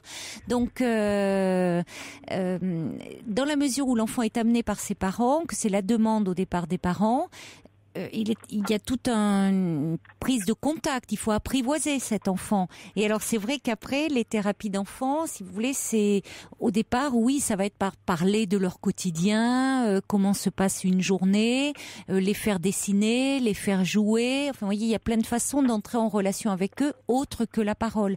Donc c'est vrai que ça prend un peu de temps. Alors maintenant, c'est différent parce que elle est adolescente là, elle a 13 ans et vu ce que vous décrivez, le fait qu'il y ait quand même qu'elle se pique le bras comme ça avec son compas, ses comportements agressifs où elle insulte les professeurs, où elle elle parle de suicide, de fugue, il faut vraiment, c'est des signaux d'alerte, hein, très importants, et il est important de prendre un rendez-vous là. Plus son rapport à la nourriture, ça traduit une souffrance. Alors d'autant plus que elle va avec ce chien auquel elle est très attachée et qui malheureusement va mourir. Il est important qu'elle puisse être accompagnée. Oui, qu'elle puisse être soutenue parce qu'elle va le vivre comme une perte. Il sera important d'ailleurs. Bon, la pauvre bête est en vie encore, mais si lorsqu'il arrivera à la fin de sa vie, de pouvoir lui faire comment dire, si vous pouvez l'enterrer, enfin qu'il y ait quelque chose en tout cas, que ça soit pas... On va faire une urne, on a déjà parlé du vétérinaire, on va justement faire une urne, un crématorium, et on va lui prendre une urne avec une photo et tout, justement pour qu'elle a quelque chose à quoi s'attacher, quoi. On a déjà pensé à ça, quoi. Voilà, parce qu'il n'est pas toujours possible, quand on est en appartement et tout, de pouvoir enterrer l'animal, mais c'est très bien, vous avez très bien réagi, parce que les vétérinaires disent est-ce qu'ils gardent le corps de l'animal ou est-ce qu'on veut le reprendre, donc si on ne peut pas l'enterrer, oui, vous pouvez avoir recours à l'urne, c'est-à-dire que son animal, il part pas comme ça, hein, il n'est pas jeté, il est pas. Ça serait important pour elle, pour qu'elle puisse faire ce travail de deuil avec une photo. Enfin, ça veut pas dire que l'urne, il faut qu'elle est dans sa chambre non plus. Il faut pas entretenir ça forcément, hein, mais on lui restitue quelque chose quand même. Mais ça va être un moment. Vous avez raison, je suis d'accord avec vous, un moment douloureux. Hein. Le pire, c'est le problème, c'est que ma fille, elle se rend compte qu'elle fait beaucoup de mal parce que ma femme, elle pleure quasiment tous les 2-3 jours avec elle. Hein. Pourquoi ? Parce que tellement elle est dure avec elle. Tellement elle est agressive, et puis même quand on lui fait la morale, après ça va être, ma femme va l'écouter à la porte de sa chambre, maman t'es qu'une connasse, tu me fais chier, des trucs comme ça. Alors ma femme, ça lui fend le cœur, quoi. Hein. Donc du coup, après elle va venir, elle va s'excuser. Oui, elle s'en veut. Elle va nous écrire des lettres, je m'excuse, je vais changer. Ça dure une journée, 2 jours, elle est adorable, et après c'est reparti, quoi. Oui, elle n'y arrive pas. Elle n'y arrive pas et elle doit être d'autant plus malheureuse comme elle a cette grande impulsivité en elle. Ça part comme ça, hein, c'est très pulsionnel. Elle se met en colère. Et après, elle doit beaucoup s'en vouloir de tenir des propos pareils à sa mère parce qu'elle vous aime en fait et elle aime sa mère. Mais donc elle se vit en plus comme mauvaise. Donc il faut vraiment pas la laisser s'enfermer dans cette spirale là. Il est important. Comment elle est avec ses petites sœurs ? Agressif aussi. Les fêtes, elles sont chacune dans leur chambre à part, et quand elles vont jouer, je vous dis pas les gros mots à l'antenne, mais c'est vraiment dur comme gros mots. Hein. Oui. C'est connasse, mongolienne, voilà. Quoi. Oui, elle est très violente avec elle. Ah, elle est très violente. Hein, elle a mal accepté quand elles sont nées, les petites là, c'est. Ah non. Quand je regarde encore les vidéos, elle les prendre dans les bras, à donner le biberon, depuis petite. Non, elle a toujours été aimante avec eux, hein, petite. Hein. C'est ça que je comprends pas, c'est que on a éduqué nos 3 enfants pareil, hein, la même logique, et les 2 autres sont aimés par les professeurs, par les voisins, et il y a que elle où ça se passe mal à niveau voisinage, niveau amis, on peut pas sortir avec eux, on s'est toujours remarqué quoi. On va arriver chez des amis avec eux, avec elle, on est à peine arrivé, je me fais chier, quand est-ce qu'on rentre elle vous mène une vie impossible. Elle a quand même, parce que vous dites que à l'école c'est beaucoup de bagarres avec les autres. Est-ce qu'elle a des copines quand même ? Oui, quelques-unes, mais bon, on n'est pas trop cette fréquentation, quoi. C'est aussi des gens qui au lieu d'aller soir au lit à 8h, vont traîner dans les rues jusqu'à 9h30, 10h, les parents ne disent rien. D'accord. Et alors elle me dit, mes copines ont le droit de sortir, elles sortent avec des garçons qui ont 18 ans. Oui, on est contre, hein, on est totalement contre, hein. Oui, donc, heureusement, vous êtes... il faut la cadrer. C'est-à-dire, elle a 13 ans, il n'est pas question qu'elle sorte le soir comme ça dans la rue. Et encore plus qu'une adolescente de 13 ans sorte avec des garçons de 18 ans. Hein. Il y a un très grand décalage, parce que même si à 13 ans, les jeunes filles ont des corps, parfois des corps un peu de femmes dans leur tête, elles restent encore psychiquement très jeunes. Oui, donc tout à fait. Non, vous avez heureusement que vous êtes là. Oui, oui. Elle vous mène la vie dure, mais en même temps, heureusement que vous êtes là pour cadrer. En même temps, là, vu le tableau que vous décrivez, l'ensemble des symptômes, hein, qui sont vraiment des symptômes, hein, qui alertent, il est important vraiment de voir un pédopsychiatre. Est-ce que y a Yali qui vous conseille, oui, généralement il y a une maison des adolescents, mais c'est un peu dans les villes déjà d'une certaine importance, où ils prennent en charge de façon pluridisciplinaire. Il y a plusieurs spécialistes qui peuvent s'occuper des adolescents. Je ne sais pas s'il faudrait vous renseigner s'il y en a une là où vous êtes. Une maison des adolescents. À côté de chez moi, la grande ville, c'est Metz, donc c'est à 55 km de chez moi, quoi. Oui, donc, à part... Oui, ça fait un peu loin néanmoins. Alors vous pourriez avoir un bilan, mais c'est vrai que si elle doit avoir, vu ce que vous décrivez, être suivie, vous n'allez pas faire 100 km à chaque fois aller-retour. C'est trop loin. Ouais. Ça peut être peut-être pour un bilan. Comment ? Je sais qu'il y a des pédopsychiatres dans ma ville, il y a des pédopsychiatres, donc je vais peut-être voir pour prendre rendez-vous. Alors voilà, déjà demandez à ce moment-là à votre médecin traitant, puisqu'il connaît votre fille, qu'il puisse peut-être vous orienter vers un tel plutôt que tel autre. Et si jamais, parce que c'est une question de contact aussi, hein, il faut que votre fille, mais je pense que quand ils sont en grande souffrance comme ça, le fait d'avoir un lieu pour parler, le fait qu'on s'occupe d'eux, parce qu'il y a quand même aussi un appel au secours, en général, ils peuvent investir l'espace de la thérapie. Il faut évidemment que ça se passe bien, qu'elles se sentent en confiance avec le pédopsychiatre. Si c'est pas le cas, il faut pas hésiter à changer, à aller voir quelqu'un d'autre. D'accord, ouais. Hein, c'est comme nous, si vous voulez, quand on a un contact avec un médecin, il y a des médecins avec qui on va pas se sentir à l'aise, on n'a pas envie de se confier, puis il y en a d'autres, au contraire, on se sent très bien, on peut se confier sans difficulté. D'accord, oui. Mais elle a pas, par rapport à ses notes, on n'a pas parlé de précocité. Enfin, il n'y a pas eu de test de fait. Cette pédopsychiatre n'a pas vu. Il n'y avait pas, de problème de précocité. Elle avait 5 ans à l'époque. Elle a été suivie, mais voilà, on n'a pas eu de retour. Elle nous a parlé. Elle a dit, écoutez, votre fille est hyperactive. C'est tout ce qu'elle m'a dit. C'est le seul bilan qui est sorti. Hyperactive. Oui. C'est tout. Oui, mais alors l'hyperactivité, vous voyez, derrière ce symptôme, on peut mettre des tas de choses, parce que l'hyperactivité, ça peut être le signe aussi d'une très grande anxiété qui se manifeste de cette façon-là. Enfin, il y a plusieurs, il peut y avoir plusieurs raisons. Bon, une fois qu'on a dit ça, on n'a pas dit grand-chose. Oui, c'est ça. Le problème, c'est que voilà, nous, on tourne en rond, et quand on essaie de lui parler gentiment, parce que c'est vrai que sous le coup de la colère, moi, je la fais envahir dans sa chambre, parce que sinon, honnêtement, je pourrais devenir violente, tellement qu'elle me pousse à bout. Elle vous pousse à bout. Elle me pousse, elle me provoque, avec ses yeux, elle me regarde d'un air pour dire, toi, tu te fais chier, vieux con. Oui, elle est insolente. Voilà, quoi, c'est insolent, quoi. Et donc, ma femme tempère, elle me dit, tu te calmes, tu pars, et elle va monter. Et après, elle va venir, elle va s'excuser, promis, je vais changer. Elle aimerait. 2 jours, 3 jours. Elle aimerait changer, certainement. Elle aimerait pouvoir être différente. C'est il y a une souffrance qui s'exprime comme ça par beaucoup d'agressivité. Alors, c'est pour ça qu'il est important qu'elle ait un lieu pour canaliser ça, pour pouvoir parler de ce qu'elle ressent. Et je vous dis, c'est pas pour autant, il y a des enfants, des jeunes adolescents qui ont comme ça des personnalités qui peuvent être très difficiles et qui peuvent faire après des adultes tout à fait agréables, avec qui vous aurez de très bons rapports, hein. Donc il faut pas, mais c'est important d'apporter une réponse, de ne pas la laisser dans cette souffrance, parce que on ne vous a pas conseillé au collège un suivi psychologique.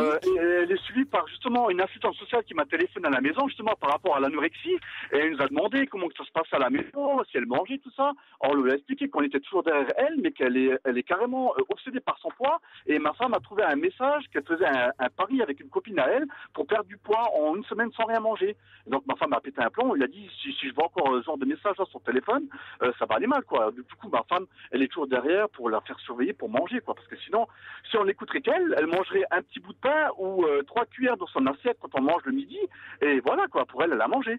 Donc on n'est pas d'accord, on la laisse pas faire, quoi, de ce côté-là. On est toujours derrière elle à veiller à ce qu'elle mange. Mais d'après l'infirmière, elle nous a dit il faut surveiller ça, et si vraiment elle sent que son poids descendra, elle nous convoquera, et puis on verra ce qui viendra après. Je sais pas du tout, elle nous a pas parlé de plus, quoi. Elle nous a dit on la surveille. C'est tout ce qu'ils nous ont dit, quoi. Oui, mais il s'agit pas. C'est important de surveiller, de voir où elle en est, de pas la laisser effectivement s'enfermer. Mais il y a tout un autre ensemble. Et déjà, un enfant ou un adolescent qui évoque, qui parle, puisqu'elle est proche, c'est votre mère ou la mère de ma femme. Oui, c'est important, hein, les proches de cette grand-mère. C'est à elle qu'elle a parlé de ce qu'elle se faisait sur le bras, c'est le fait qu'elle envisage une fugue, qu'elle parle de suicide. Donc elle peut se confier, c'est déjà important qu'elle puisse en parler, mais c'est à prendre au sérieux. Je sais que un adolescent qui évoque une possibilité de fugue et qui parle de suicide, c'est à prendre au sérieux. Hein. D'accord. Moi, je sais juste que ma fille, quand elle était un peu plus petite, qu'elle avait 8-9 ans, elle disait toujours à ma belle-mère, de toute façon, il y aura deux qui ne mourront pas, c'est toi et Plucky, son chien, quoi. Donc, donc elle est très attachée. Sa grand-mère et son chien, c'est vraiment tout pour elle, quoi. Donc on sait qu'elle tient vraiment beaucoup à sa grand-mère et à son chien, quoi. Donc, oui, parce que si vous voulez, c'est des rapports forcément moins tendus qu'avec vous, parce que vous êtes aussi parents de ses sœurs. Et ses sœurs, quand elles vous disent, ça veut pas dire que ça correspond à la réalité, quand elle vous dit qu'elle est moins aimée, c'est ce qu'elle ressent, elle. En tant qu'aînée, l'arrivée de ses petites sœurs, elle était plus la seule et l'unique. Bon, ça veut pas dire que vous l'aimez moins, parce qu'on vous sent très attentif et très alarmé. Hein. Vous avez envie de trouver justement des solutions. Mais elle, c'est ce qu'elle ressent. Alors qu'avec sa grand-mère, elle a pu créer certainement un lien plus privilégié. C'est différent. Elle n'est pas chargée de son éducation. Et puis, évidemment, avec ce petit chien, eh bien là, elle est dans l'affectif. Il aime telle qu'elle est. Hein, il aime, c'est-à-dire voilà, il lui impose rien, il lui demande rien, il apprend comme elle est, et d'ailleurs avec lui, elle est pas violente. Non, pas du tout. Évidemment, oui. Donc, mais c'est très bon signe parce que ça veut dire qu'elle a. Ce qui serait préoccupant, c'est qu'elle n'ait pas de capacité d'aimer, d'attachement. Et ça pourrait être inquiétant parce que parfois on voit des formes plus graves de pathologie. Je pense à des psychoses et autres. Ça peut être angoissant. Il n'y a pas de lien qui peut être investi, même avec un animal. Or là, elle aime profondément ce chien. Elle a une histoire d'amour avec ce chien, elle a une histoire d'amour avec sa grand-mère, elle vous aime aussi, mais cet amour, il est plus conflictuel. Donc c'est très bon signe, elle est capable d'aimer et d'attachement. Ce qu'il y a, c'est qu'il y a une grande souffrance derrière. Oui, donc ce qu'on va faire, c'est... Et c'est ce que dit Ginou, c'est-à-dire, il dit, quand vous allez parler de consulter un pédopsychiatre, parce qu'il ne faut pas lui laisser le choix, hein, il faut lui dire que c'est pour l'aider, que vous avez conscience qu'elle souffre, c'est ça, il faut employer ce mot, qu'elle souffre, qu'elle est malheureuse, et que vous n'êtes plus en mesure d'y faire face seule avec elle. Et puis que, comme aussi, vous pouvez miser sur le fait que son chien est malade. Et que c'est difficile et que vous savez que elle aime tellement que c'est un moment très difficile pour elle. Et qu'elle va pouvoir en parler à quelqu'un dont c'est le métier de l'écouter. D'accord. Hein, parce que il y a Sandrine, Patrice qui dit oui les arts martiaux, d'autres activités qui pourraient l'aider, mais elle a déjà fait du judo pendant 3 ans et ça s'est mal passé quoi. Elle a atterri aux urgences pour un mauvais coup qu'elle a eu, donc du coup ça a été un mauvais souvenir pour elle. Et j'ai essayé d'inspirer une équipe de basket et elle restait sur le terrain, elle ne parlait à personne, elle restait enfermée, elle ne s'est pas intégrée à l'équipe. Elle n'a pas des centres d'intérêt particuliers, demande Violaine? La danse. Hip-hop, elle aime bien la danse hip-hop. Oui, mais c'est pas mal, ça lui permettrait un peu de se défouler. Oui. Mais cela dit, la priorité, c'est de trouver vraiment un pédopsychiatre, hein, là. D'accord, parce que dès demain, je vais prendre les pages jaunes et je vais faire ça. Oui. D'accord. Vraiment. Alors, il y a Fifi vient de m'apporter aussi le numéro de téléphone de la maison des adolescents à Metz. Vous avez de quoi noter, Christophe? Attendez, là, comme tu suis dans mon engin, je vais juste prendre mon sac, si vous avez 2 secondes. Bon, parce que sinon, je vais vous donner... Alors, attendez, oui, c'est bon, j'ai de quoi noter, là. Alors, c'est le 03 87 18 44 44 22 03 87 18 44 22. Rien ne vous empêche de les appeler pour parler avec eux comme vous l'avez fait avec moi de votre fille. Simplement, ils vont vous dire eux-mêmes, parce que il peut y avoir un bilan de fait, mais il vaut mieux pas trop multiplier les interventions parce qu'elles risquent de se braquer en disant oui, j'ai fait une démarche une fois, je vais pas en faire 50. Mais vous allez voir peut-être ce qu'ils vont vous proposer. Eux-mêmes vont bien avoir conscience si c'est pour un suivi. Vous allez pas faire 55 km pour l'amener, 55 km au retour. Vous imaginez si elle a une séance par semaine ou... Ouais, c'est clair. Ouais. Hein, mais peut-être qu'ils pourront vous dire, et en tout cas vous orienter vers des pédopsychiatres plus proches de chez vous. D'accord. Bah écoutez, je vous remercie. Vous avez bien fait d'appeler en tout cas, parce que c'est important de s'en occuper. Puis n'hésitez pas à me donner de vos nouvelles et des nouvelles de votre fille. D'accord, écoutez, il n'y a pas de souci, je vous contacterai dès que j'aurai des bonnes nouvelles. Oui, voilà. Je vous remercie, merci, c'est moi qui vous remercie de votre confiance. Au revoir et bon courage pour cette nuit. Au revoir Christophe. Merci, au revoir. Europe 1. Pour parler à Caroline Dublanche, appelez le 39 21 34 centimes les minutes. Caroline Dublanche. I sit and wait. There's an angel. Contemplate my fate. And do they know the places where we go when we're gray and old? Robbie Williams, Angels.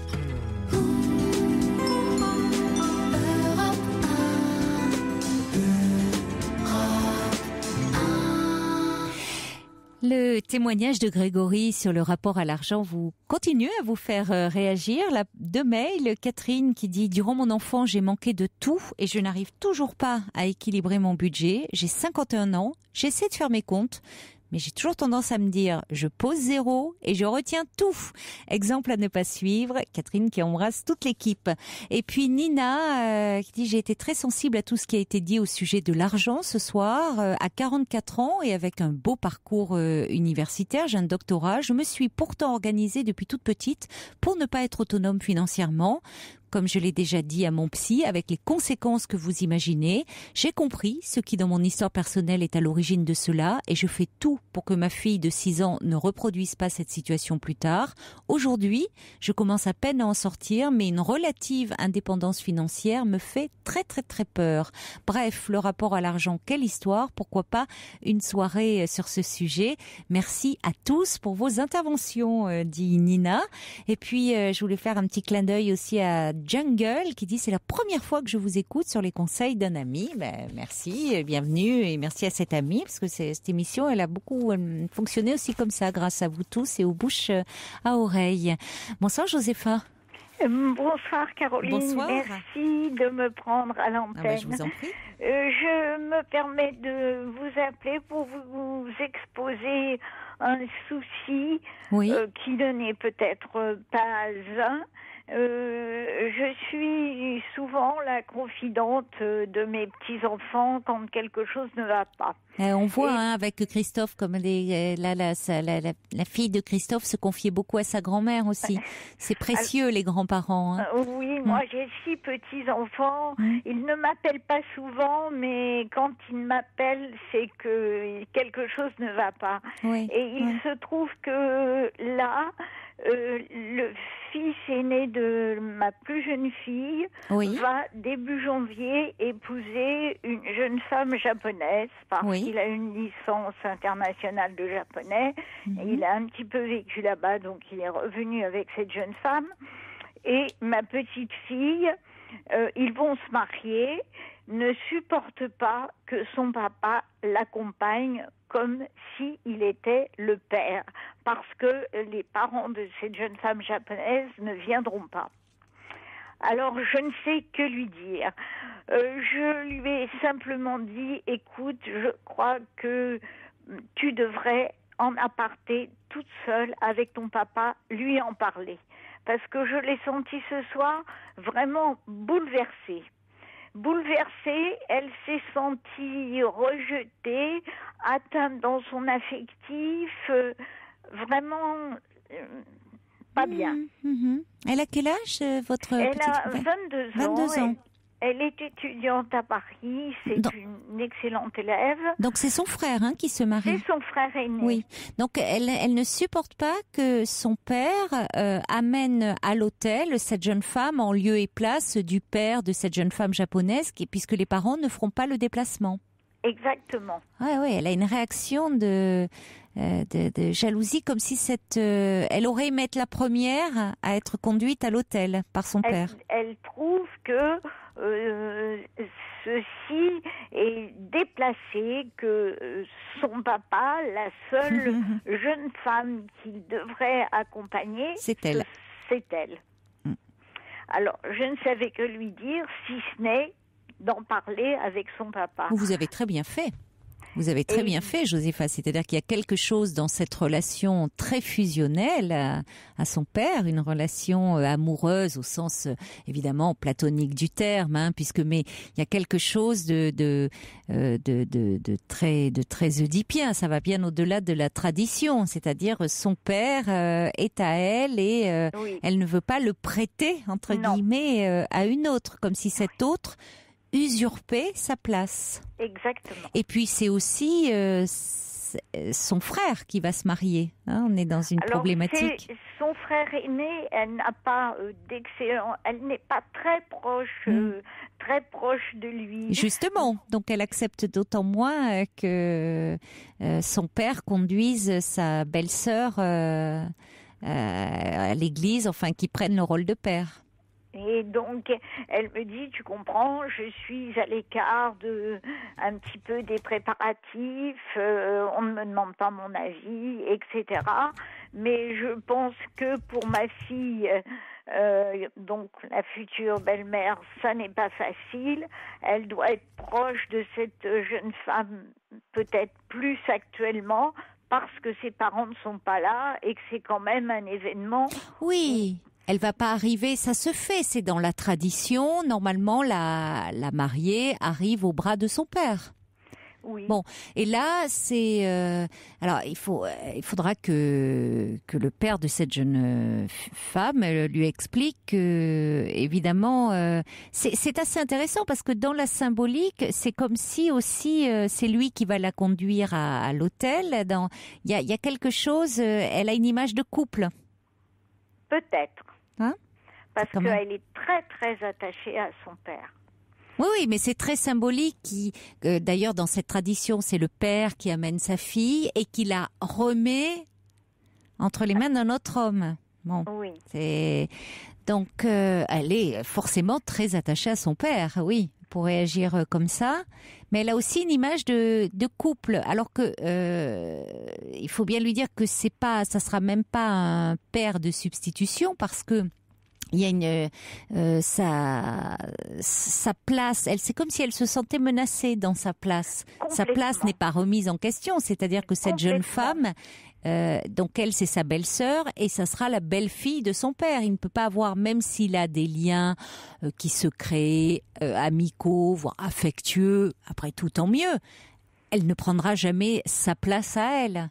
Donc, vous avez bien fait de lui dire que c'est à son père qu'il faut qu'elle en parle parce que elle a besoin d'être rassurée par son père sur la place qu'elle occupe. Elle est très très proche de lui, un peu trop même. Oui. Elle n'a pas de petite amie ? Alors, elle a eu un petit ami, mais qu'elle n'a pas supporté, qu'elle n'a pas trouvé suffisamment mûr. Ah bon Pas suffisamment, peut-être homme, je ne sais pas. Je n'ai pas poussé, mais je pense qu'elle cherche un petit peu quelqu'un comme son papa. Eh oui. Et donc, là, je ne savais que dire parce que je l'ai sentie très vraiment bouleversée, très oui. Alors en plus, elle me dit, tu comprends, mes parents maintenant, ils sont 3 enfants, n'auront plus 4 enfants. N'auront plus 3 enfants, mais 4 enfants, puisque excusez-moi, je donne le prénom. Oui. Puisque cette jeune femme sera là. Oui, donc... non, parce que l'association, souvent on dit, un gendre, une belle-fille, ça devient comme un autre enfant de plus. Non, je crois qu'il faut dire que même s'il y a un rapport, après tout, affectueux, assez tendre, ce qui après tout n'est pas toujours une garantie, mais bon, tant mieux si ça se passe comme ça ne lui enlève pas sa place de fille. C'est la seule fille ? Alors, elle a un frère aîné, c'est elle, et ensuite elle a un frère cadet. C'est la seule fille ? Oui. Donc c'est ça, il y a une autre femme, une autre jeune femme qui rentre dans la famille. Il y a une question de rivalité. Je pense. Mais ça lui fera. En même temps, c'est une bonne chose. Elle va comprendre la place de chacun. Et bon, là, elle réagit comme il y a une réaction de jalousie, oui, très très forte. Mais vous avez bien fait de la renvoyer à son père, enfin de la renvoyer qu'elle lui en parle. Oui, parce que j'estime que ce n'est pas à moi de soulever quoi que ce soit, surtout dans une circonstance comme celle-ci. Mais la jeune femme qui se marie doit bien sentir quelque chose parce que elle l'a choisi comme témoin. Et ça n'est pas un hasard, à mon avis. Ah, elle est très diplomate. Je pense qu'elle n'est pas du tout... ça n'est pas du tout un hasard. Oui, non, mais elle est très diplomate en même temps parce que c'est lui, elle lui attribue un rôle. Et quel rôle ? Celui de témoin. Donc, ça va lui permettre, elle a aussi une place à tenir. Donc je trouve que c'est très subtil, c'est très fin de la part de cette jeune femme, la japonaise, là, qui va se marier, d'avoir donné ce rôle de témoin. C'est une façon d'atténuer certainement la rivalité qu'elles sont. Tant mieux si elle en est consciente, parce que elle va le dépasser, elle est jeune, elle va le dépasser. Hein. Il y a effectivement une très grande rivalité. Oui. Mon petit-fils a vécu chez ses parents avec cette jeune femme. Oui. Elle n'a pas supporté. Elle a pris une chambre à Paris. Il va bien falloir qu'elle le supporte, que la famille s'agrandit, mais voilà, hein, elle va s'y faire. Et elle ne supporte pas partager sa maman. Elle est restée encore, c'est ça, la petite fille possessive. Mais c'est aussi une occasion pour elle de grandir, hein. C'est important, voilà. Ceci mis à côté, elle est très courageuse, c'est une excellente étudiante, elle vient de réussir l'entrée au concours du Louvre. Donc tout marche bien. Elle donne des cours particuliers, elle est très indépendante, mais alors ça ne passe pas. Ça va passer, ne vous inquiétez pas. Vous avez très bien fait, Josepha, de lui dire qu'il fallait qu'elle en parle à son père. Vous avez eu la bonne attitude et les choses vont rentrer dans l'ordre. Merci beaucoup de votre appel. Je vous en prie. Au revoir. Merci de me confirmer mon conseil. Oui, vous avez très bien fait. Merci, je vous souhaite une bonne soirée. Bonne soirée, Josepha. Au revoir. Au revoir. Pour parler à Caroline Dublanche, appelez le 39 21 34 centimes les minutes. Et oui, Lilian envoie un petit SMS en disant « Qui a prétendu que l'Oedipe est une imposture ?» Oui, il est de bon goût, aujourd'hui de bon ton de tirer à boulet rouge sur la psychanalyse. Et pourtant, là, on en a une merveilleuse illustration, une fois de plus, avec le témoignage de Josepha et de sa petite fille. Bonsoir Martine. Oui, bonsoir Caroline. Bonsoir. Bien, écoutez, je vous remercie tout d'abord de bien vouloir me prendre à l'antenne. C'est vrai que donc je voulais intervenir sur le passage de Grégory, là, ce petit jeune homme bien sympathique. Oui, dans son rapport à l'argent. Voilà. Alors c'est vrai que, comme j'expliquais un petit peu avec à votre assistante charmante qui m'a reçue, et que je remercie d'ailleurs, j'ai un petit peu oui, parce que si vous voulez, moi j'ai très très bien entendu vos explications concernant le fait que souvent notre rapport à l'argent est également influencé par l'existence, l'enfance qu'on a pu avoir et le rapport qu'on a pu avoir à l'argent dans notre enfance. Et c'est une réflexion que j'ai longuement eue parce que entre autres j'ai fréquenté longtemps un amoureux qui était très très en grande rétention sur le plan de l'argent. Oui. Et puis j'ai une amie également intime qui est, enfin ma meilleure amie, c'est pas une amie intime, c'est pas ma meilleure amie. Et ce sont ces deux personnes-là, effectivement, des rapports à l'argent qui sont vraiment pour moi qui me sortent de mes gonds parce que donc si vous voulez, si je tenais à participer, c'est parce que c'est quand même quelque chose sur lequel j'ai souvent réfléchi. Oui. Et pour moi, quelqu'un qui est dans la rétention, ça a beaucoup à voir avec le fait d'être dans la rétention aussi sur d'autres choses, sur d'autres facettes de leur personnalité. C'est vrai, vous avez raison, oui. Voilà, parce que moi, donc souvent, notamment sur rétention dans les sentiments, rétention dans l'empathie, rétention dans la capacité à donner à l'autre, ou dans l'écoute de l'autre, ou dans la capacité à partager, dans la capacité à offrir, voyez ? Oui, tout à fait. Je suis d'accord avec vous. Ça peut aller de pair. Des personnes qui sont également avares de leurs sentiments, oui. Voilà. Moi, j'ai souvent noté ça, notamment pour les deux personnes en question que j'ai notées, des personnes que j'ai beaucoup aimées. Mais ça, c'était quelque chose. Et ce qui m'a frappé chez Grégory, que tout de suite, il a dit, vous l'avez relevé effectivement d'une autre manière, quand il a dit qu'il avait, vous avez dit que il avait succombé à une pulsion quand il a acheté son ordinateur à 1 000 €. Oui.